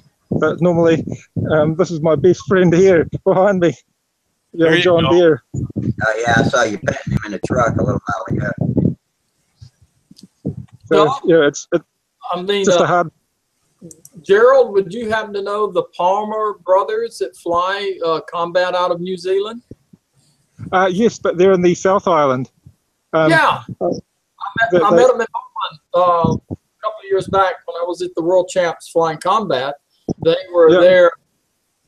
Great guys, super good guys. Yeah, we've got another guy that was at the US Nats. His name was Don Robinson. I think he was flying in speed at the US Nats recently. Could have been. I didn't get to keep up with any of the speed guys. But yeah, there's a few really keen control liners that have been over to World Champs in Europe and America and stuff in the past. But myself, I've got a young family, so maybe when they're a bit older, we'll try traveling further abroad as well. But it's a good reason to build 2-piece models anyway. Yeah, well, you're a long way from anywhere. Well, we're close to Australia. When you come over to the U.S., drop over into Idaho, and I'll show you some spuds. Yeah, his Oh, flying. Hey, Gerald. Gerald, his flying field is all potatoes. Oh. It's Make buck. sure you have some pneumatic air balloon tires. Tundra tires. Oh, Guys, sounds good. Run, but I gotta leave. It's All good. right. Hey, Howard. talk to you Okay, see you, later, Howard. Gerald. Okay, goodbye. Talk to you later. Bye. All right. Good night.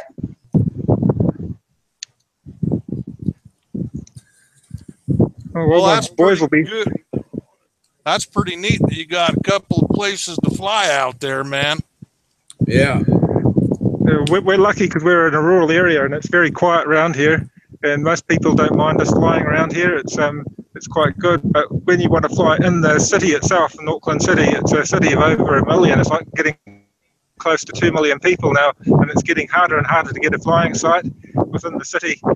And the problem with competition for sports fields means you're the fields that are close in where you can get an audience. Yeah. In the past, we flew at a place where it was very central and people would see us flying, and we picked up a lot of modelers because of that. They were quite keen. Once they see you flying and see what you're doing, then you get a lot of keen people coming along.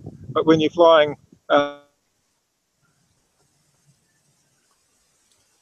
Uh-oh. We lost You his walk too connection. far away. nice venue I bet and toilets and stuff makes a big difference. Oh, we missed part of it because you froze up. Yeah, I think you're losing your signal, So- Gerald. Get traction somewhere where there's food. You almost look like John Lennon. Yeah. Yeah, Gerald, you're losing your signal. I think are you getting far away from the Wi-Fi? I'm getting closer back to the Wi-Fi now. Yeah, I've you're got sounding it. Yeah, I've got it hooked up to Wi-Fi and the cell phone tower. So I'm trying to use both, but we are in a very remote location, so it makes it a little bit tricky. So it should be a bit better now. I'm closer. Just bang it a couple times. You need to have the competition at your house. Have the competition at your house. Oh, Yeah. No complaint. Yep. Well, if They just- anybody's coming over to New Zealand, they're welcome to come over here anyway and do Well, some flying. send me a plane ticket. Good luck with that. So, Yeah, we normally have a when I get over competition. there- and when I get We over there, normally- I hope you got a guest bedroom because I'll need to stay there too. Yeah. Oh, It looks don't like forget you're about trying to split pitch a 3 tent. meals. I gotta have 3 meals a day. Hey, you ask a lot for a guest. One of those high we- maintenance. Yeah, we try and have an event here once a year and invite all our club members over and other Auckland clubs to come over and have a fly here. So we normally do that once a year around Christmas time. So that works out quite well. But yeah, we have our nationals. It's normally around a similar time of the year. There's all that competition to get in your event before the weather turns bad. So our best months for flying are January, December, and February. The rest of it's normally blustery. That's our biggest problem is wind and rain. Yeah. Wow. Gonna put up one of them domes. Yeah, great big Golf huge dome. dome. Golf dome. Would that be sweet? Yeah, I remember seeing Jim Walker flying in a huge indoor stadium in the past. That would be cool. Does anybody do that still? Oh, someone's You got could a find squeaky somebody to door. do it. We've I don't even indoor. have access to fly indoor anywhere. Yeah, there are indoor flying events. I've never seen one, but yeah, I've seen Igor Berger flying indoors before. You seen some of those guys fly those electrics indoors and do the whole stunt pattern? Yeah. That's pretty I've cool. done that. Yeah, I've flown indoors myself at the North Shore Event Centre, and I flew. Oh, hey, just dropped the model. Uh-oh. Don't step on it. I flew this indoors. A Mirabilis electric model. Cool. Yeah, I like the clear covering on the wing. I've always wanted to build one with a clear wing, but I never build wings that are pretty enough to cover with clear. Oh, that don't mean nothing. Just cover them. It'll look good. No, I just busted my wife's skylight. Oh. I think the prettiest clear wings I've ever seen are the ones built by Bruce Jennings. He had one at.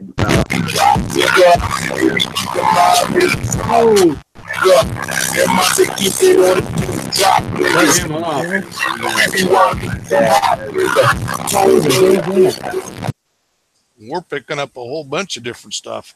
Yeah, I just ejected him. He's gone. Good.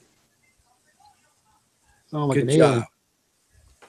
We didn't have a clear enough connection to even identify what that was. Yeah, to Yeah. me, that sounded like a that sounded like a cyber attack. Yeah. I pushed the secret button. I hope it wasn't actually somebody we wanted to see, but that wasn't the proper entrance if it was. Oh, no, that wasn't. It sounded like, you know, someone playing a record backwards. Yeah. Yeah. Y'all hold down the fort a second. I'll.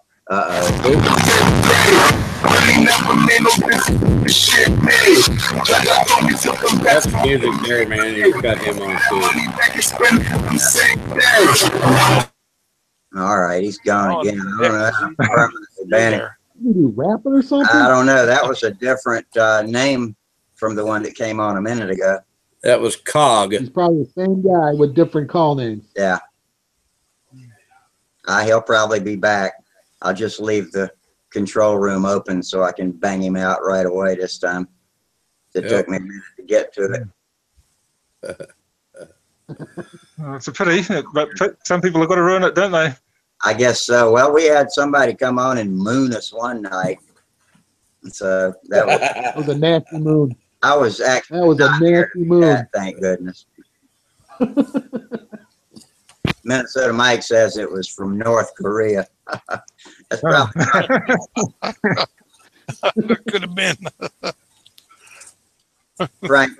Yeah, Frank Russia. says is Gerald from New Zealand. Yeah, Frank. Gerald is from New Zealand. Frank's asking over on YouTube. So. Well, there's a few modelers here, but we've probably only got about 2,000 in our official modeling body.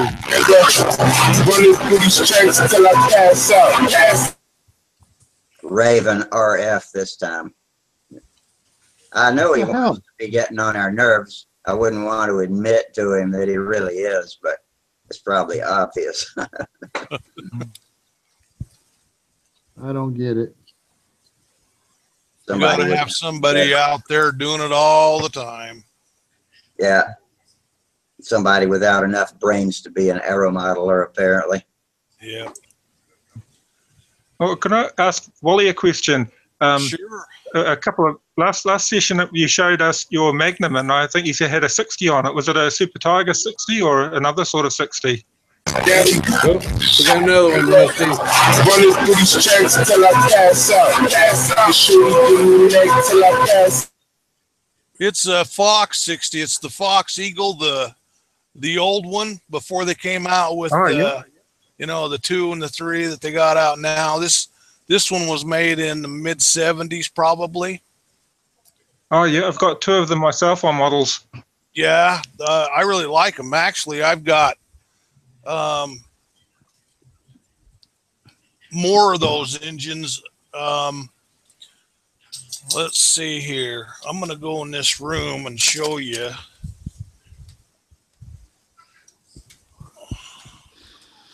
If I don't lose my camera, yell at me. You're gonna show us a room.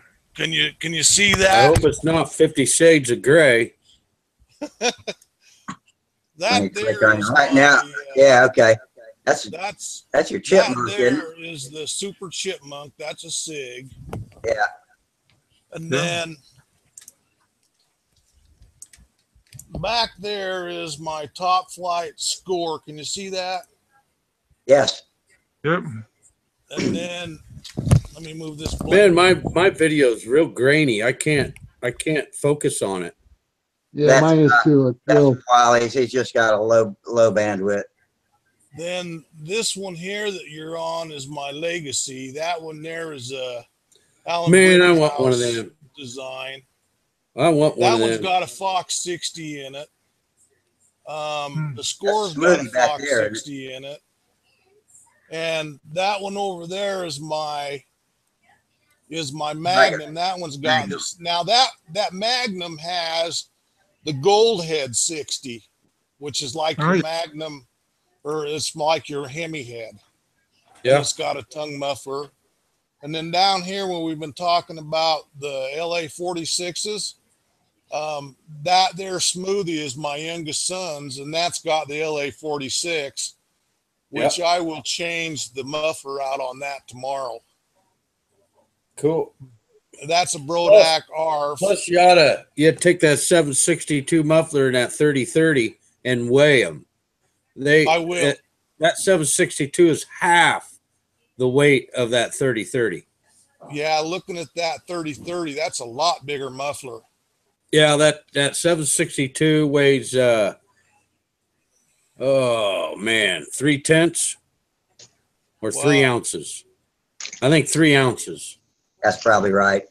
Yeah, 3 ounces. Yeah, I've got it. In fact, I've got it written on one of my 762s. It is, I think, 3.1, something like that. Do you drill out the outlet on 762? I think the 762. I chop it completely off and then ream it out to about 3/8 of an inch or 7/16 even.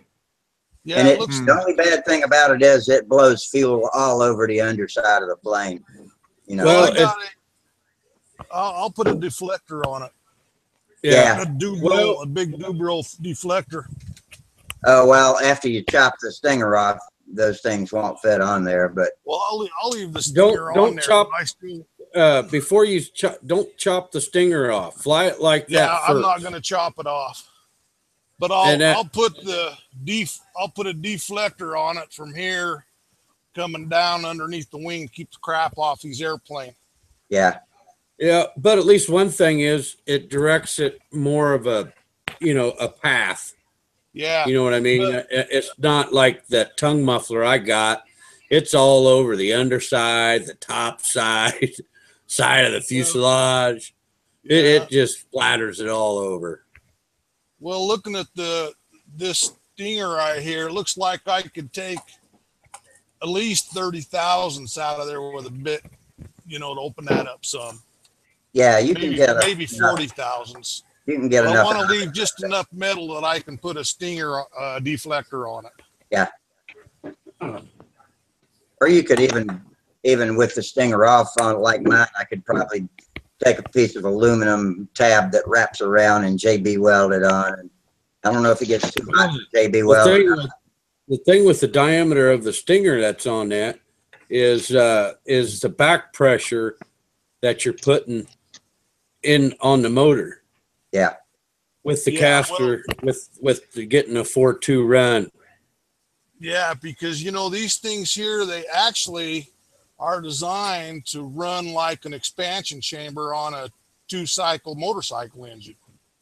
To where you're getting what happens, the exhaust goes against the back, and that's the same thing a tune pipe does. The exhaust goes pressure back in the back of the pipe, and then it bounces forward. When it bounces forward, it actually helps draw fuel into the top of the cylinder for the firing. If you can get the harmonics right, it'll do exactly that. Yeah. Yeah. Yeah. Like you could right where the Stinger is, where it goes, where the taper goes up to the round part of the muffler. Yeah. The exhaust goes out into the muffler and then all of a sudden it starts tapering down. Mm-hmm. If you could cut that right there and put something in between like that that neoprene hose that you use on to your header to a header to a tune muffler, and you adjust that length, and that, doing your RPMs, and you can get your maximum RPMs by just moving that out and then just set it right there. you know, if a person was really into doing that tuning like that, if you had a good test bench and, you know, and you was doing like Tom, you're saying that guy's got a dyno. Yeah. You could dyno these engines and get those perfect. Yeah. And that'd be fun. That'd be fun to do that. Yeah, it would be. I'd like to see a dyno for a you know, these 2-cycle engines. Well, you look on somebody on YouTube has one, because I've seen it, and they were checking these little engines with that. I can't remember who or where, but I've seen it, and they show how they made the dyno and everything.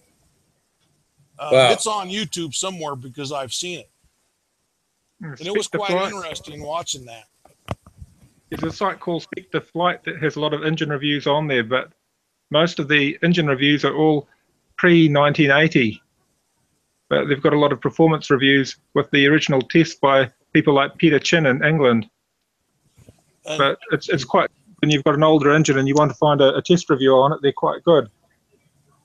And you're right, because when I seen it was quite old, the dyno setup that they had. Minnesota Mike says he broke his Nelson 36 control rod, connecting rod this weekend. He needs to get parts for a Nelson 36. Boy, I don't know where you get parts for a Nelson. Those are good engines back in the day too. Yeah. Well, they're still good engines, but they just, I don't know how long it's been since they've even made them. It's been 40, 45 years anyway. That's Henry Nelson, right? Yeah. Yeah, I was talking to my dad about buying Nelson engines back when they had their shop, and that was between 72 and 82. So it's been at least 40 years. Yeah, I see Minnesota Mike said head gaskets. You can do that. Put the head gaskets on and get a better 4.2 run. Yeah, on some engines. But here's the deal. Here's the deal on that, though. You know, how thick would a guy want to really go? Well, I don't know, because you're reducing your horsepower when you do that. Some of these engines I've got, they have head gaskets that are only like 4,000 or 5,000 thick, and that's heavy. You know, some of them are really thin. Depends on if you was to, you know, to me, if you take the head gasket, so you're getting more air in the chamber, right? Yeah, that's it, raising the head. Yep. Well, to get more air in the chamber, you'd have to also do the venturi too, right? You should do open it up. Yeah, you should do it as a match. As far as from my understanding, you should. Yeah, because if you put a head gasket on, all you're going to do is lower the compression, but you're going to have this, you know, staying with the same amount of air going in it. So you'd want to open that air up to get more air in it to compensate for the gaskets, more air going in the cylinder, right? That's right. You know, and you're back. The first 19 I ever bought was an Enya 19 control line, and that had it was Enya. It was an Enya. It had changeable venturis, and it had a high compression head, which I put on it. You know, with no head gasket, you just put the high compression on there. Before you bore your Venturi, put more nitro in it. See if that doesn't fix the problem with adequate air. That came from Minnesota Mike. But anyway, it's just a matter of doing engine testing and see what works for you, you know? Well, I know I got these LA46s figured out just right out of the box, you know? Yeah, that's what I was about to say. Give me a box stock engine, and if it runs right, I'll use it. If it doesn't, I'll get another one. Right, I'm ready to go. I mean, you know, I go to these events, and being a beginner, you know what I mean? I see all these engines that come out, and they run like crap. I mean, you know, they have problems with them all the time. And man, I just love it when everything works, you know. Boy, engine know, behaves nice. Refill. I'll be right back. Rusty, I don't sound like a bad idea. Yeah, I need to get some too. It's Be right a back. lot more fun. Hey, while I'm gone, I'll be right back. It's a lot more fun when you can go out there and run your airplane engines and fly and everything's working and you don't have to mess with them. But Gerald knows how that is. Just go out there, crank them up and put them in the air. Oh shit! Nice assorted motor, and it all runs well. But it's sad when they wear out, when you know you can't replace it easily. Yeah, well, you know what? Here's a problem we got now, Gerald, is Fox Manufacturing's out of business.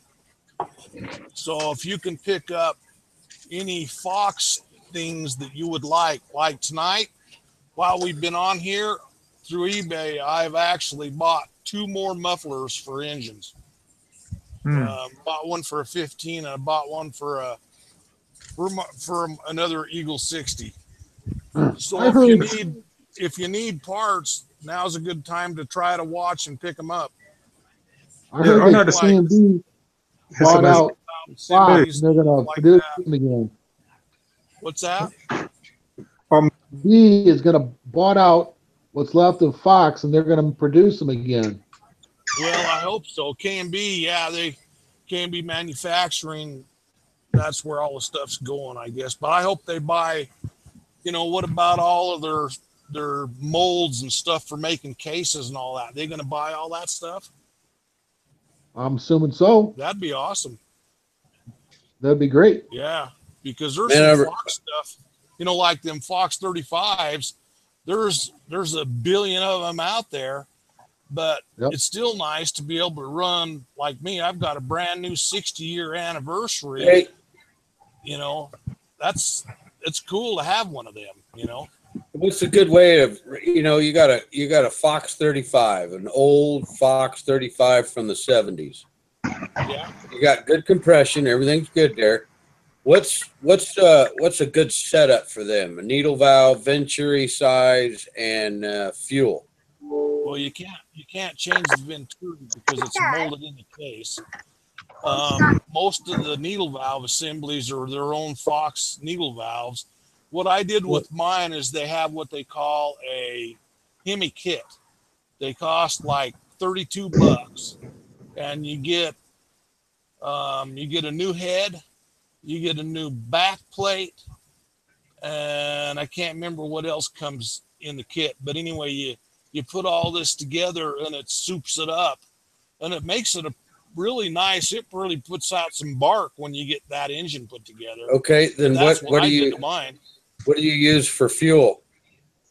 For fuel, I'm just running 15%. Same thing you're running 15% with our Castrol synthetic mix, and I'm just running 15% fuel up here. I heard you're not supposed to run any synthetic through the cast iron pistons and steel sleeves. I run it. Haven't had a bit of problem with it. No. As long as you got some Castrol in there to keep them bushings lubed up, you're good to go. They suggest, I've got a Fox manual. It's not right here. It's downstairs because I took it back down there. They suggest that you run at least 18 to 20% oil, which they prefer you run castor, but you can run a synthetic castor mix. What do you have a link to that to buy them heads? That kit you're talking about? You can't get them because now the factory, you can't buy nothing from Fox now. And I don't know now where you'd even get one of those kits. I got mine actually when I got it through eBay. But I've had mine. See, I've got like 3 Fox 35s. When you type, I'm getting my pen and paper. When you typed it in eBay, exactly what did you type in the search box? Put in Fox 35 Hemi kit.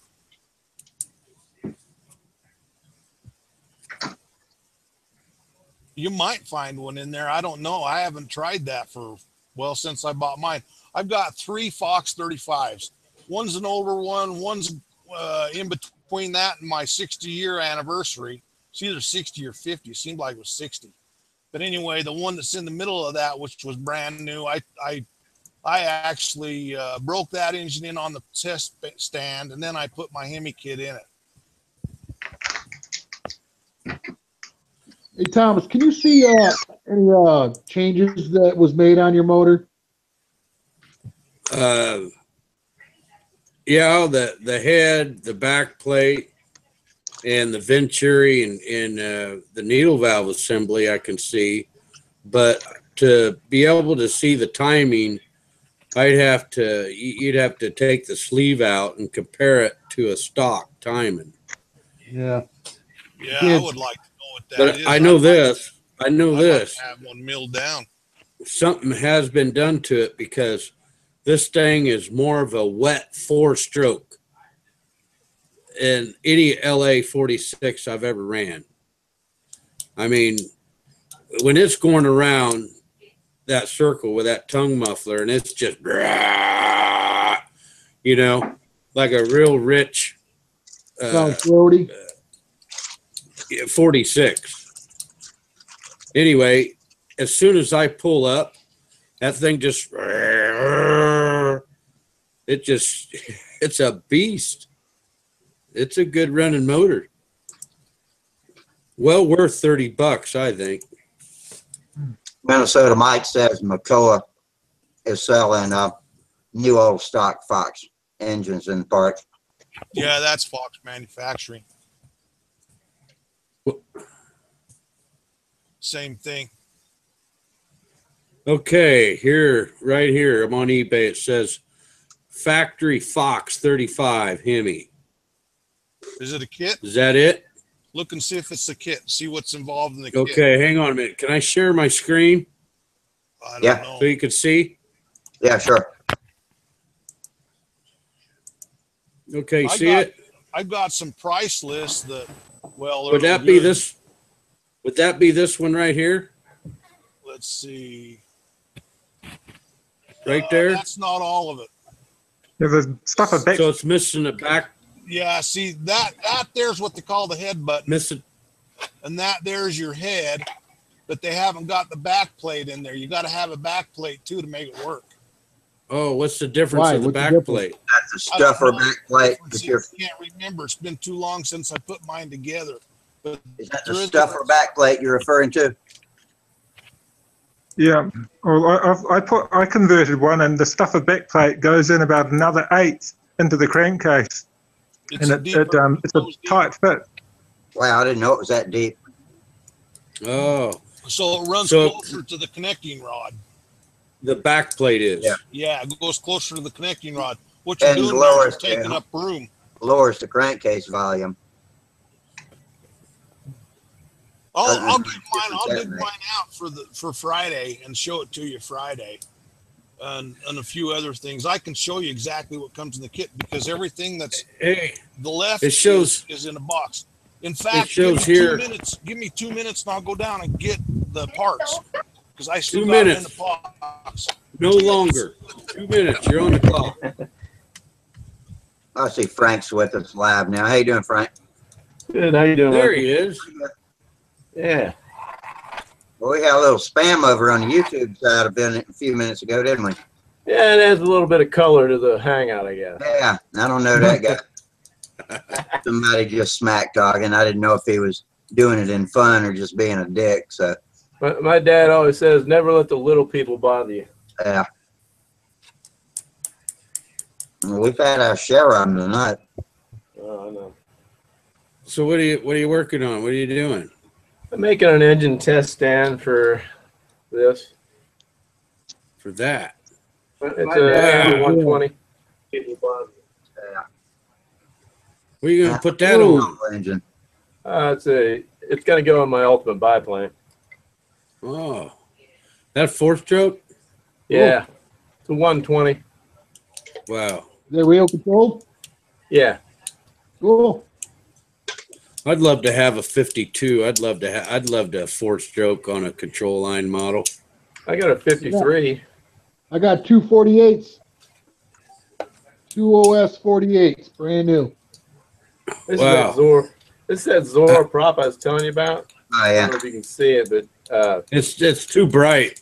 it balanced perfectly. I put it right on the balancer. It's perfect balance right out of the package. Oh, damn. Yeah, a lot of companies claim they're perfectly balanced, but I have yet to see. Everyone Maybe I've if I seen could has ream been them balanced. out like we talked about, that I would have found more success with them How being. much? Hey, Chris, how much would you part with one of them 45s or 48s? 48. I don't know. I don't know what it's worth. $50? It's an old no. Huh? I keep it for $50.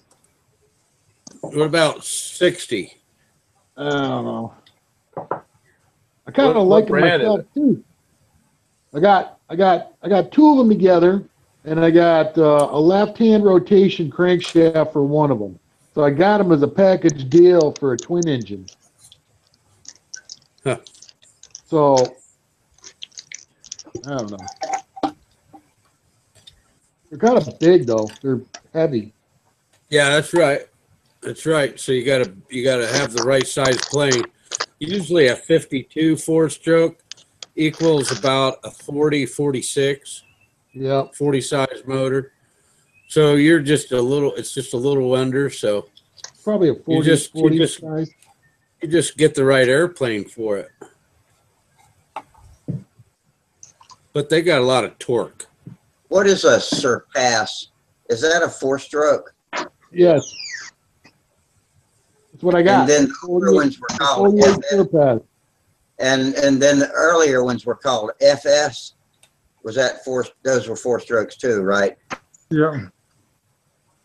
Yeah, they brought out the Surpass series later on, but the first ones were just an F, and then they brought out the FS, the Surpass series.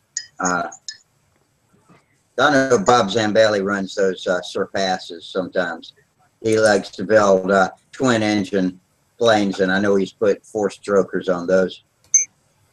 Yeah, I recently got an Enya 53, which is supposed to be a great stunt motor, but the one I got on eBay had dropped a valve, so I've had to contact Ken Enya and get some new parts for it. I just bought an Enya 53. Where is Enya? Is he in the U.S. or is he in Japan or what? Japan. Yeah, Ken Enya operates a website, and you can buy parts direct from him in Japan.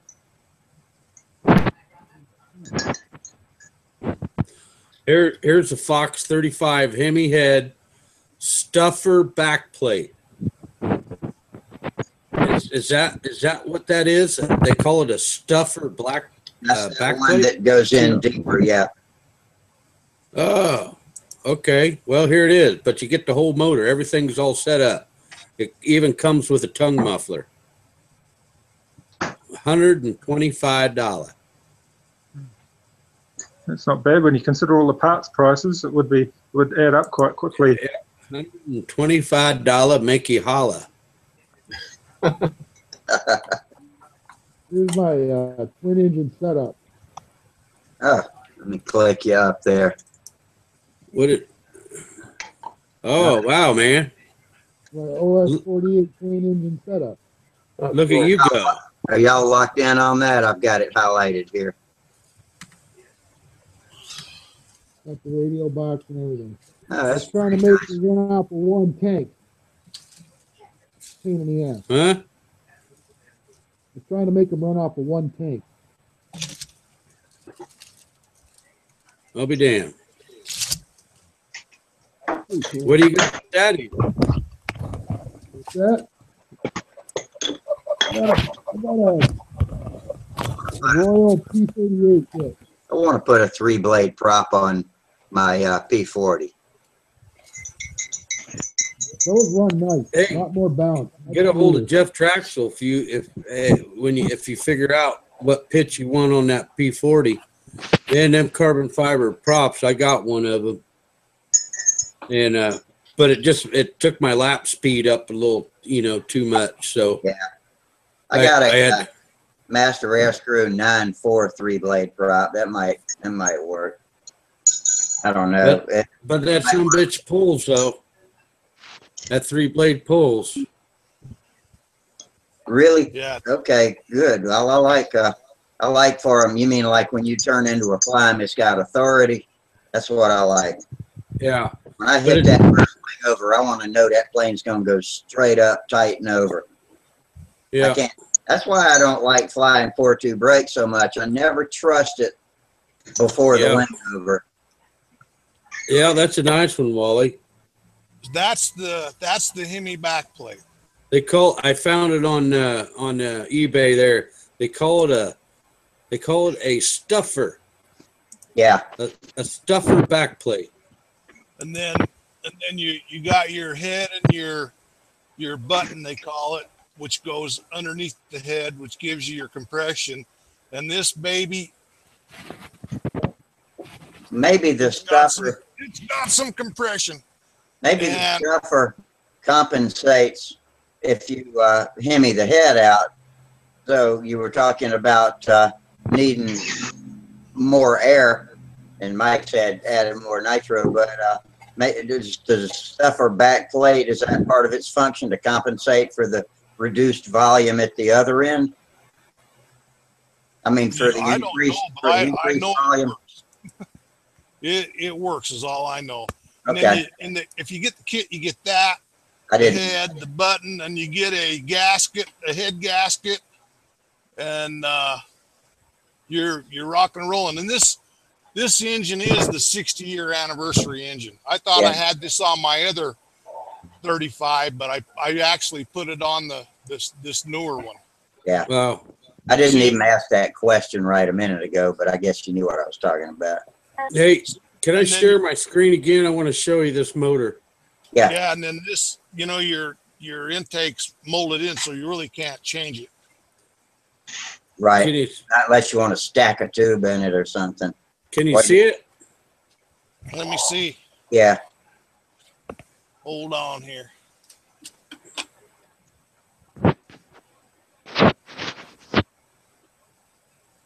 Yeah, that looks like the same thing I got right here. Other than Look at that. That thing looks pretty nice. Yeah, you don't put gasket sealer in there on your needle valve though. Yeah, I see that right there behind the brass there. Yeah, the tongue muffler is a sweet addition. You can get them from this. I got his card here somewhere. Well, that's 120. That's 125 bucks. Yeah, this guy here is Shutterman at AOL. Bob Shutterman Brooks. is a great guy to buy from. Yeah, I buy all my engines from plug him. He's a good guy. Got those tongue mufflers for that engine. Yeah, I've bought a lot of stuff from Shutterman. Yeah. Shutterman's got a lot of Fox stuff, and he's got a lot of Enya stuff as well. Yeah. And I bought quite a lot from him. Yeah, he's a highly respected guy. He's good. I've bought a lot of needle valve assemblies from him and Venturis. I buy Venturis from him too. Hey, do those Fox 35s have thrust washers in them? Mine does. No. Really? No.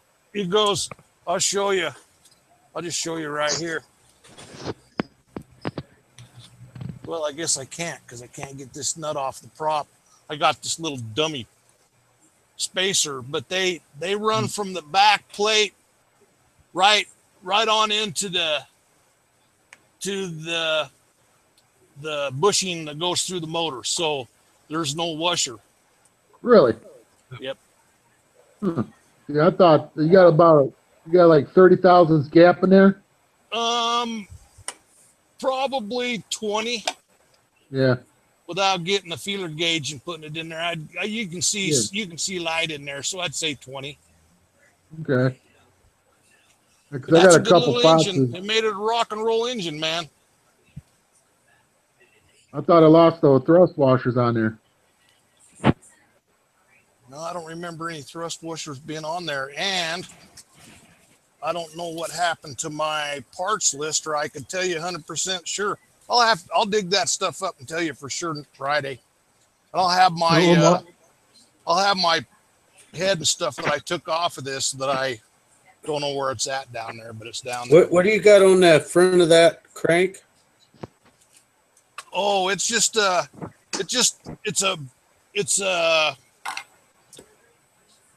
a propeller hub. When I crash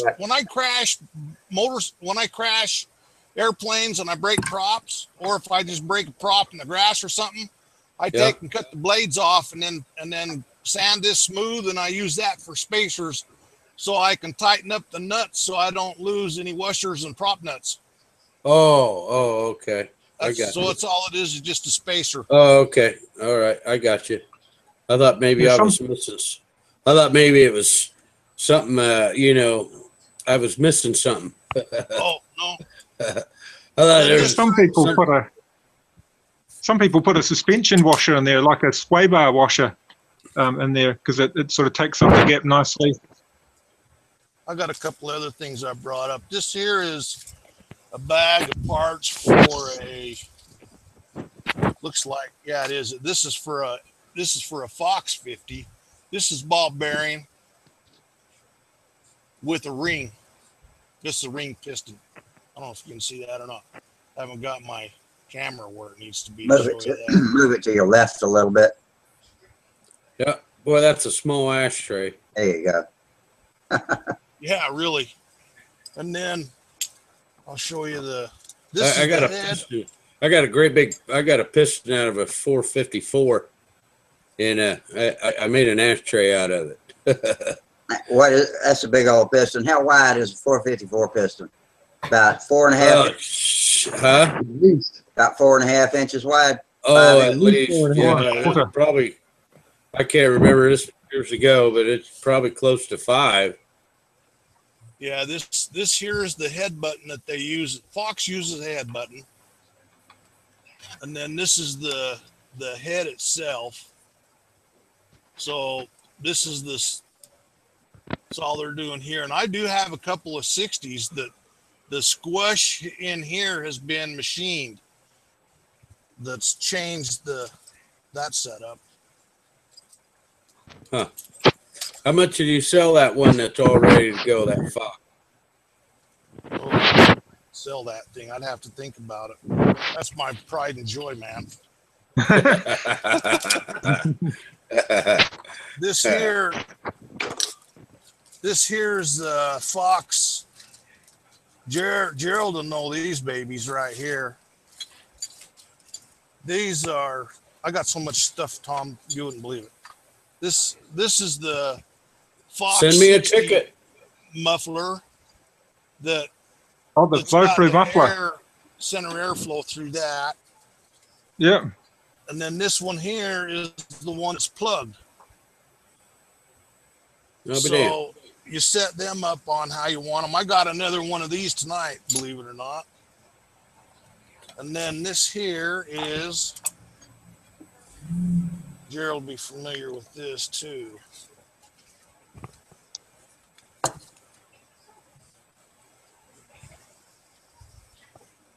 Here's your Fox Eagle 60, Gerald. Look familiar? Oh, yeah, beautiful motor. Yep. Yep, that's the shiny case one. Yep. The one I got in my Magnum's the same one, other than it's got a gold head. Yeah, the gold head was the FAI fuel one. Yeah, then the glow plug in the gold head comes straight out the top instead of the slant like this one. And boy, I'll tell you what, there's some good performing engines. Minnesota Mike Simcoe muffler. And then I got my little, this is a little 15.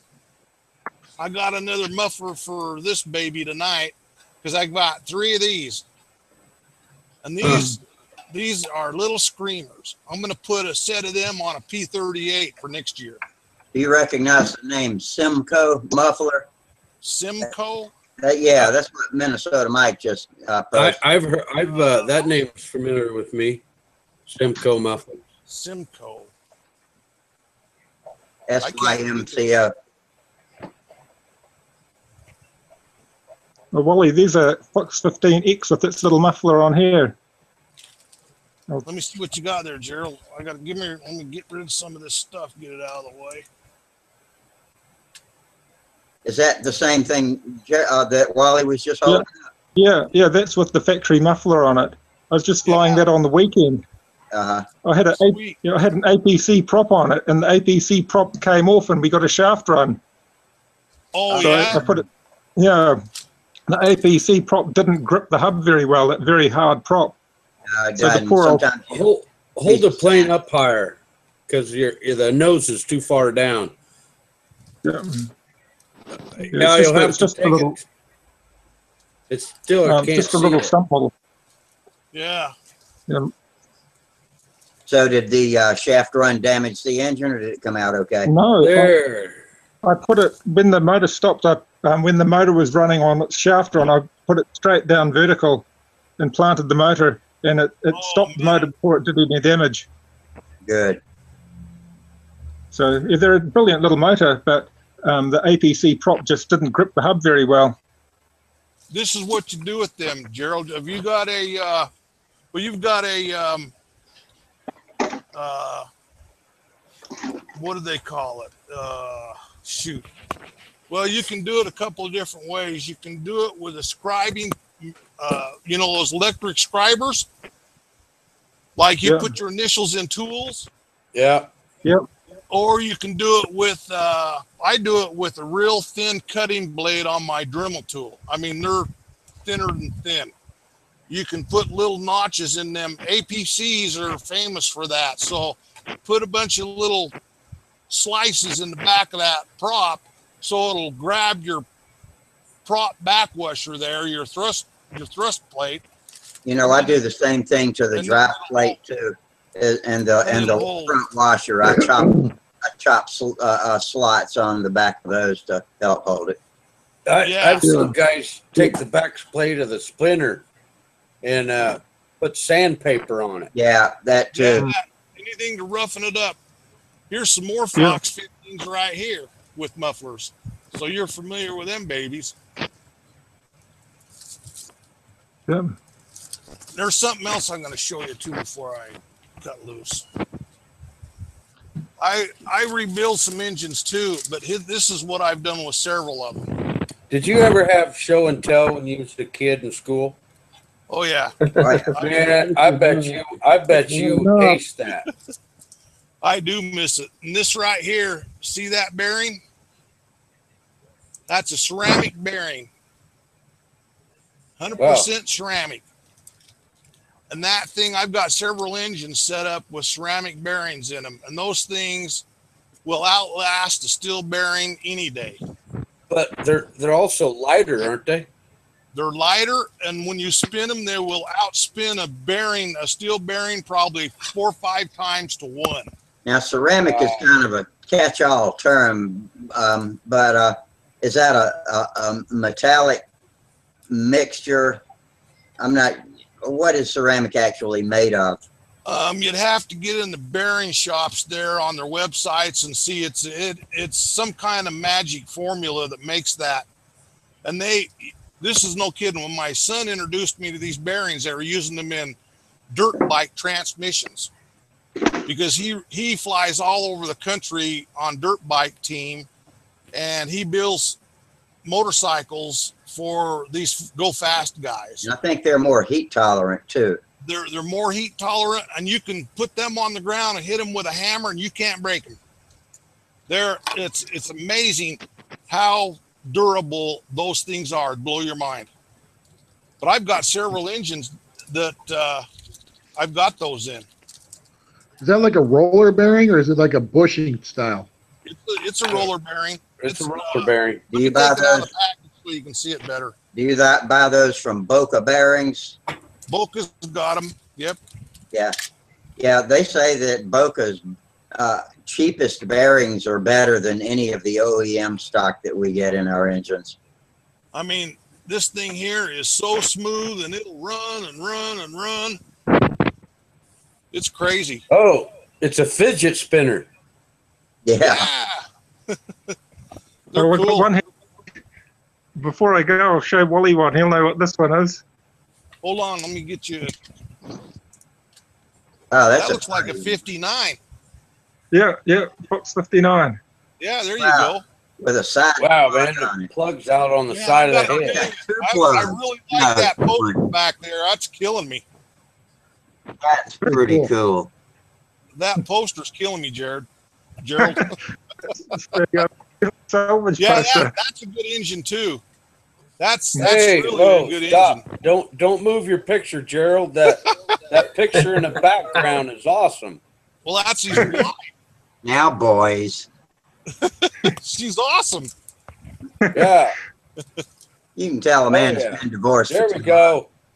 I like all good models. Hey, they're completely good models. I gotta find one of them. Yeah, I better go anyway because my two sons are home and they're sort of keeping quiet in the kitchen. But I better go and keep them company and see they've got something in there. Make sure you don't burn down the house. Tell them we said hi, okay, Yeah. Gerald? Tell them we said hi, Gerald. Glad they were See you, doing some Gerald. flying. Okay. Oh, well, Thanks for all the showing best to you. us some of your stuff. Okay. Well, thanks for showing us your stuff, Wally. It was good seeing your faces and Oh, some. I was Thanks. telling Rusty if I could ever get my setup so I can go downstairs and show you some of my stuff downstairs, you'd just go crazy. You'd think that this was the model shop. Well, Oh, well, considering came from a hobby shop family, I'm not surprised. Hey, Wally, the same applies to Gerald. Send me a plane ticket, give me a place to sleep, 3 meals a day, and Sandwich? we'll work, Hey, we'll work I'll and tell you build on what. airplanes. When you go down to visit Gerald, take a tent with you, buddy. I think you're going to need one. If I could afford it, man, I would do it. Maybe That'd he'll let be a you lot of chop a fun. tree down so you can make a campfire and cook beans on it. Yeah, It'd be fun. it'll be like them characters on that commercial, Liquid Gold, right? Get Liquid gold, yep.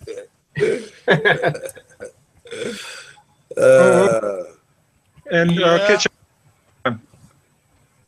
Okay, see you all. Yeah. All right. Good night, Gerald. Night, Bye. Gerald. Or Good- good day. Yeah, Time I there. want to sign out too. You Well, guys have a yeah, good the night, wife- and I'm going to be signing out too. Chris, the wife gonna go make you a sandwich? Oh, weird ass hot dog hamburger like things for dinner. Burger dog, rolled up a hamburger and put cheese in it. barbecue Yeah, hot burger dog. dog. There you go.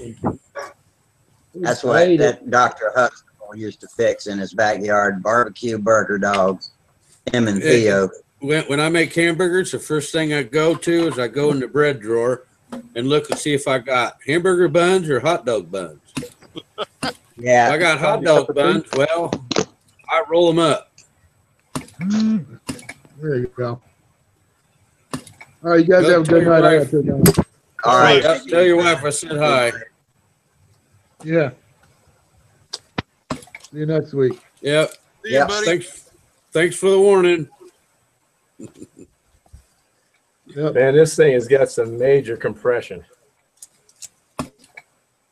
Yeah, they say to be real careful about hand flipping those four-strokers. Yeah.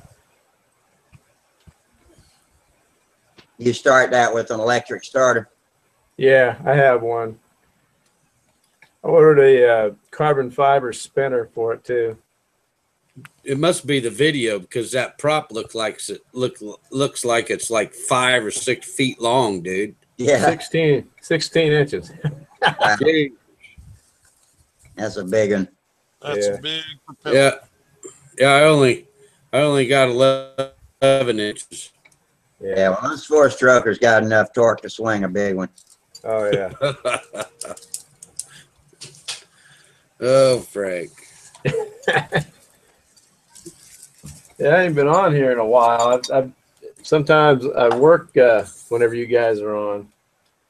Man, Yeah. I was gonna get on. I was gonna get on Friday night, but man, I was exhausted. I was wore out. Yeah. I'm remodeling a bathroom right now. Is what I'm doing. So Yeah, you we're gotta getting do what you long gotta do. hours. That's a lot of work. We had a Yep. good show Friday night. That might be the night we had 9 people in here, or maybe that was last Monday. I don't remember, but we had a record-setting crowd. Yeah, that was cool. It flowed pretty good too. I was worried that when the people got up to a certain point, it was going to be too confusing with everybody stepping on each other, but it worked out fine. Yep. You just gotta wait your turn and Yeah. hope that you don't forget what you wanted to talk about. Yeah. Yeah, no, that's easy to do. Hope the You're- conversation doesn't change too much, so it's still something valid to talk about. But Yeah. yeah, we're getting this thing figured out pretty good now. I remember a few nights when it was just like we were like a monkey fucking a football in here trying to get everybody working. I couldn't get in there for Hey, over dude. a month. You No matter what I shoulda- tried. These hangouts started last August, so we're approaching a year this coming month. Yeah, and I just got in on it early in the late winter, early spring. Yeah, was the first time I ever joined you with got on it Sparky. late. And This then is- in May, when he saw me at Triple Tree at the Joe and All contest, he's like, Rusty, I want to give you my password so you can, I'm like, what the hell is he talking about? You know, and then what I've gotten into. So I've loved it, though. It's fun. I was worried that I would have trouble finding something to talk about, or, you know, at first it was hard to fill the dead air before y'all started dropping in, but now I've gotten to where I don't even think about it before I sign in. I just open my mouth and it goes on autopilot. So Yeah, you're doing good. There was had a few people, oh well, not more than a few, commented on at the Nats. Said, boy, you're doing a really good job. great. I'm glad to hear that, because I see after we get off, usually we've had maybe 50 viewers or so. So there's a lot of people looking at us that we don't even know about. You know, if they don't post on YouTube or join live, then, you know, that's the only indicator we've got. I need to figure out how to look at statistics and see what the ratings are, if they're available and all that. Sparky says the ratings are going up, so that's good. He called me tonight to see if I was going on tonight, and I told him, yeah, I'm just putting my makeup on now, Sparky. I got a laugh out of him. It's hard to get a actual laugh out of Sparky, but I can squeeze one out of him once in a while. I can hear him trying to stifle it. He tries not to let you know he's laughing.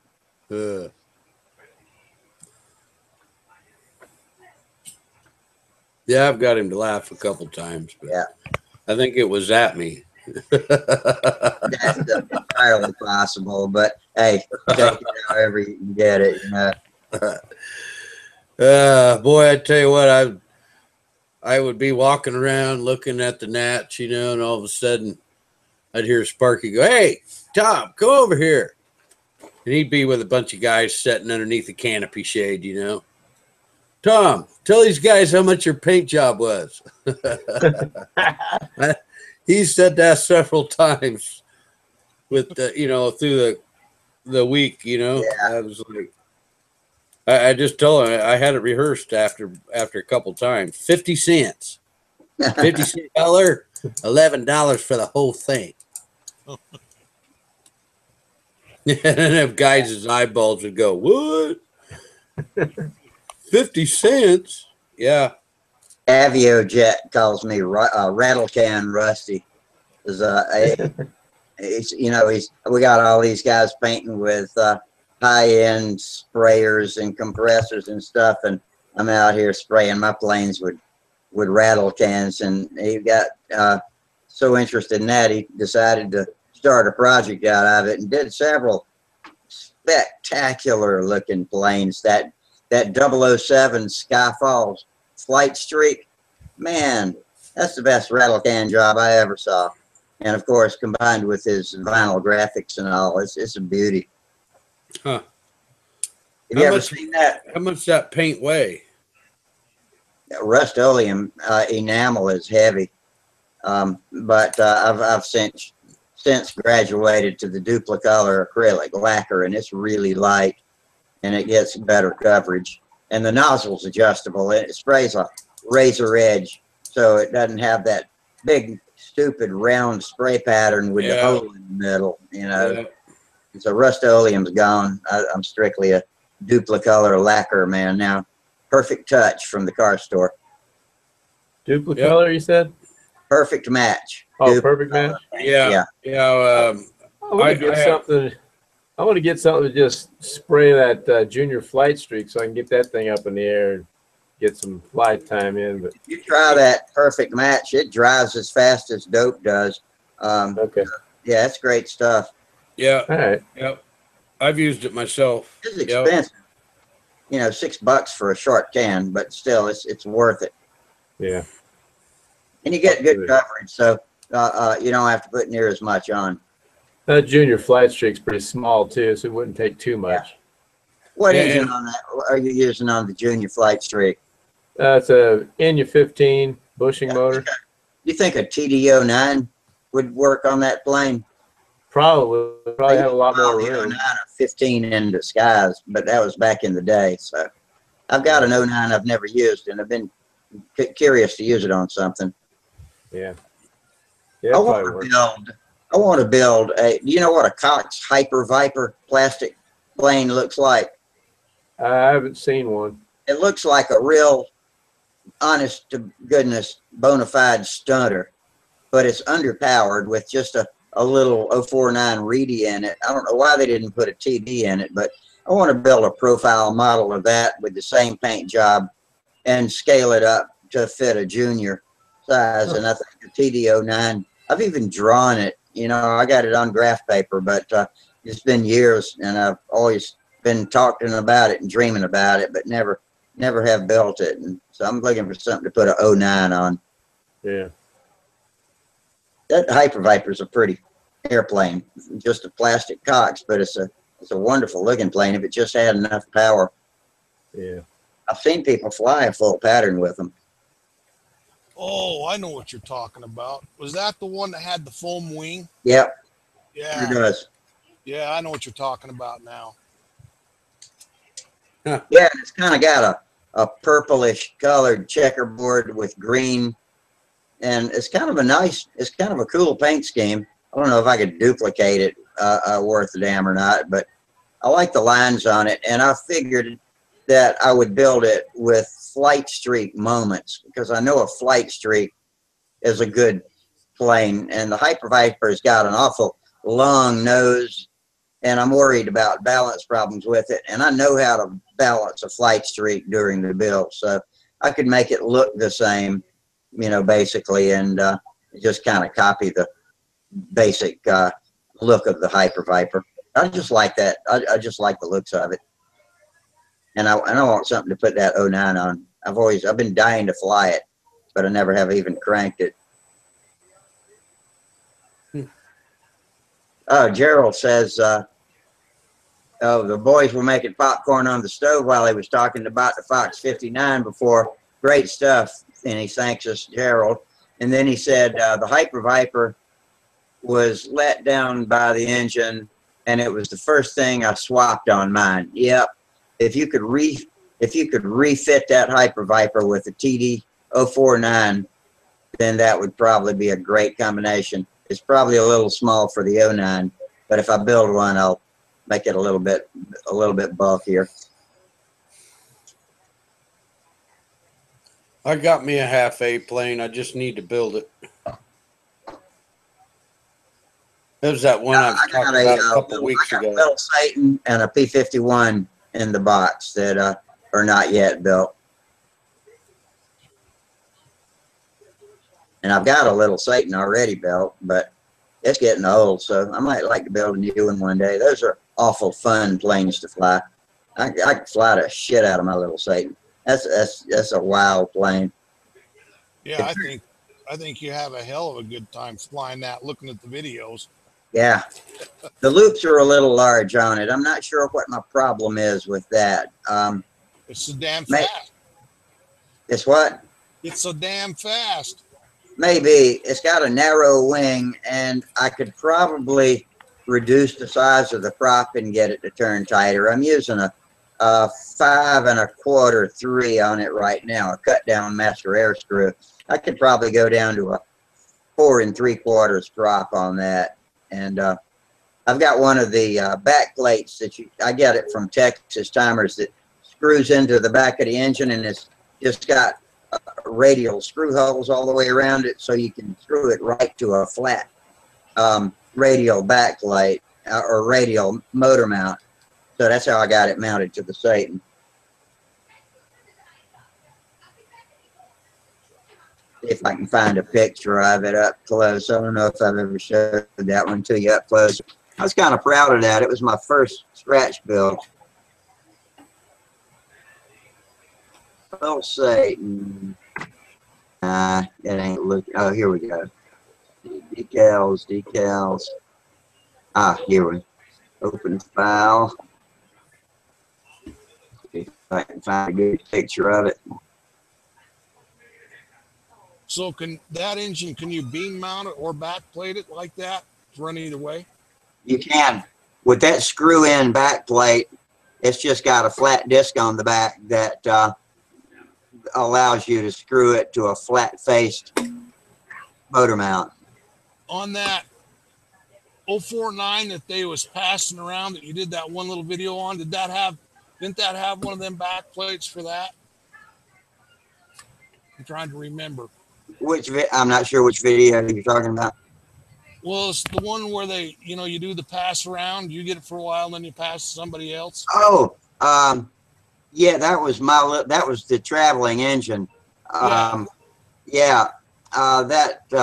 is exactly what I did. I screwed my radial back plate onto the back of it and then just mounted it to the face of the little Satan, which was originally, here it is. It was originally designed to take a 049 tank engine. As soon as the picture opens, I'll show it to you if it ever opens.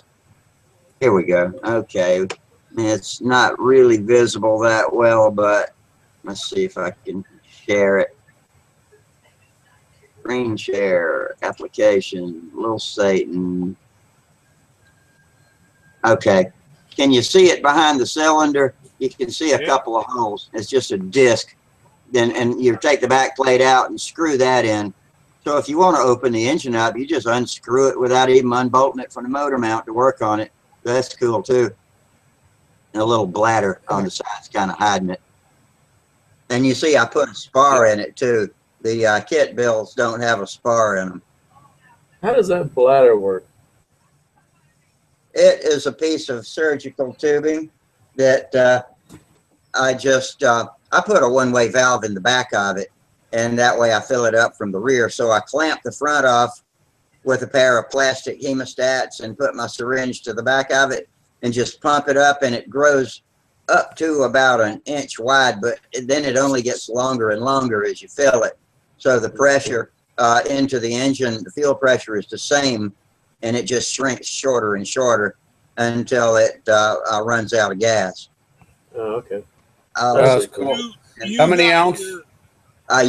That little 1 inch piece right there will hold about 2 ounces, which is way more than you want to put in. Oh, yeah, that's fair. That's right. You can fly that thing for 12 or 15 minutes. No, I'm thinking 3/4 of an ounce is fine with me. Yeah. Yeah. Let's see if I can find you a picture of an inflated bladder. But you do the memory on that before you start fueling it through the back, through your check valve, right? Yep. Okay. Let me pop this picture up. All right, now I screen share this. And this is an overcomplicated one that I made back before I realized I didn't need all this extra bullshit on it. It's coming up in just a second. Okay, That's what it looks like. And that's more than an ounce of fuel in that 1-inch bladder right there. So And that's just surgical tubing then? Yeah, I think it's got I don't remember the inside diameter. That's not even 1/8 of an inch. And you see the conical insert in the left-hand side of it. That's the pickup. And you see the bubble. That bubble won't get sucked in. It'll go up and around that conical bladder until it's down to its last little lick of fuel. And then when it sucks it in, you know, the engine will stumble. And it actually, the engine goes rich right before it runs out of gas. So you get about 2 laps of a rich run and you know it's running out. But this little tee off to the side, that's just bullshit. And when I first started making them, I thought I needed that to vent the air out of it, but that's not even necessary. I just plug that check valve into the rear, plug that cone into the front and wire it. You see, I got it twisted on with a piece of wire. That's all you need. You don't need to clamp any other connections. Just plug your filter in, plug it into the engine, and then secure it like I had. I put mine in that little. Where do you fill it at? Through that check valve in the rear end, in the right rear. That's a foremost valve. Actually, I've got a screw-on plug. That's not necessary either. You see the white. Wait a minute. Am I still sharing it, or did I kill it? No, you did away with it. You don't need the T fitting on there now. You just need a check valve on the end of it. Right. Yeah. And so just a tube on the end of your syringe and plug it into that check valve. Where'd you get the check valve at? Texas Timers. That's made by Foremost. Not familiar with it. Never ever heard of it. Fourmost. And they sell filters and valves, and it's about $5 a piece. And they're all just little plastic. The check valves are orange and the fuel filters are green. And yeah, so you just walk up to it, make sure you got the front end clamped or it's going to flow fuel. Just pump it up with however much fuel you want and crank and go. And just prime the engine with a syringe, or if you get good, just release the clamps for a second and let some fuel flow into it. Give it a flip. When it cranks up, unclip the hemostats, and you've already got your needle valve set because, you know, once you get it, the needle valve figured out, there's very little you ever have to do. In fact, I take it home after a day of flying and take it all apart, count the turns on the needle valve, flush it all out, put it back together, put the needle back in the same place, cranks on the first flip next time I take it out to the field. It's so much easier than filling a tank and getting it primed and trying to get it going. And a lot of pressure on that too, isn't it? You can jerk that plane in any direction and it will not starve for fuel. It'll go any way. Right side up, upside down you want it. Yeah, it actually would spray and atomize the fuel, I think, better than just the Uniflow or the gravity feed. When you run a TD on a suction tank, usually one of the, you know, there's 3 sprinkler holes in the Venturi because it's got the spray bar aside from the Venturi, and it sprays through that gutter around the bottom of the Venturi through the 3 spray holes. Well, on suction, usually one of the spray holes will dominate the fuel flow and the other 2 will just cavitate. And TDs are a pain in the ass to run on suction. So when you force the fuel in with pressure, either from a bladder or a backplate pressure, then it gets 100% positive flow the whole time. And that's how a TD needs to be run. Now a medallion, on the other hand, it'll run on suction just fine, but that TD needs pressure to run right. What about your Norvels? I retrofit all of them with Cox 128 TPI needle valves. All I got to do is take the Norvell needle out, and I'll leave the Venturi in. Some people don't even use the Venturi, but I like that it's got a screen.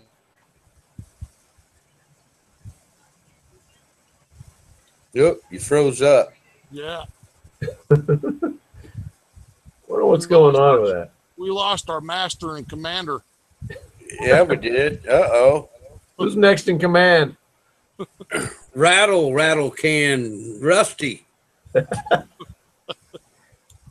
Oh boy. Yeah, he might not make it back. Yeah, we might have to just shut her down till Friday. Yeah, I'm sitting here, leaning back in my chair, and my eyes are getting real droopy. I'm starting to head bobble. Yeah. Yeah, I'm gonna get off. I'm gonna get off of here myself, and I'll see you guys Friday. Yeah, I'm off Friday, so I'll be on muster there. up some more stuff. Yeah, that's cool. That'd be cool. All right. Maybe I'll have another report on the bastard. Couple. I'm gonna try to go flying Wednesday or Thursday. Well, I got a couple people. I got a couple coaches coming my way this Saturday, flying awesome. at my hometown. Sweet. Well, looks like Rusty got booted. Okay. Yeah. All right. We'll talk to you guys later. Yeah. See ya.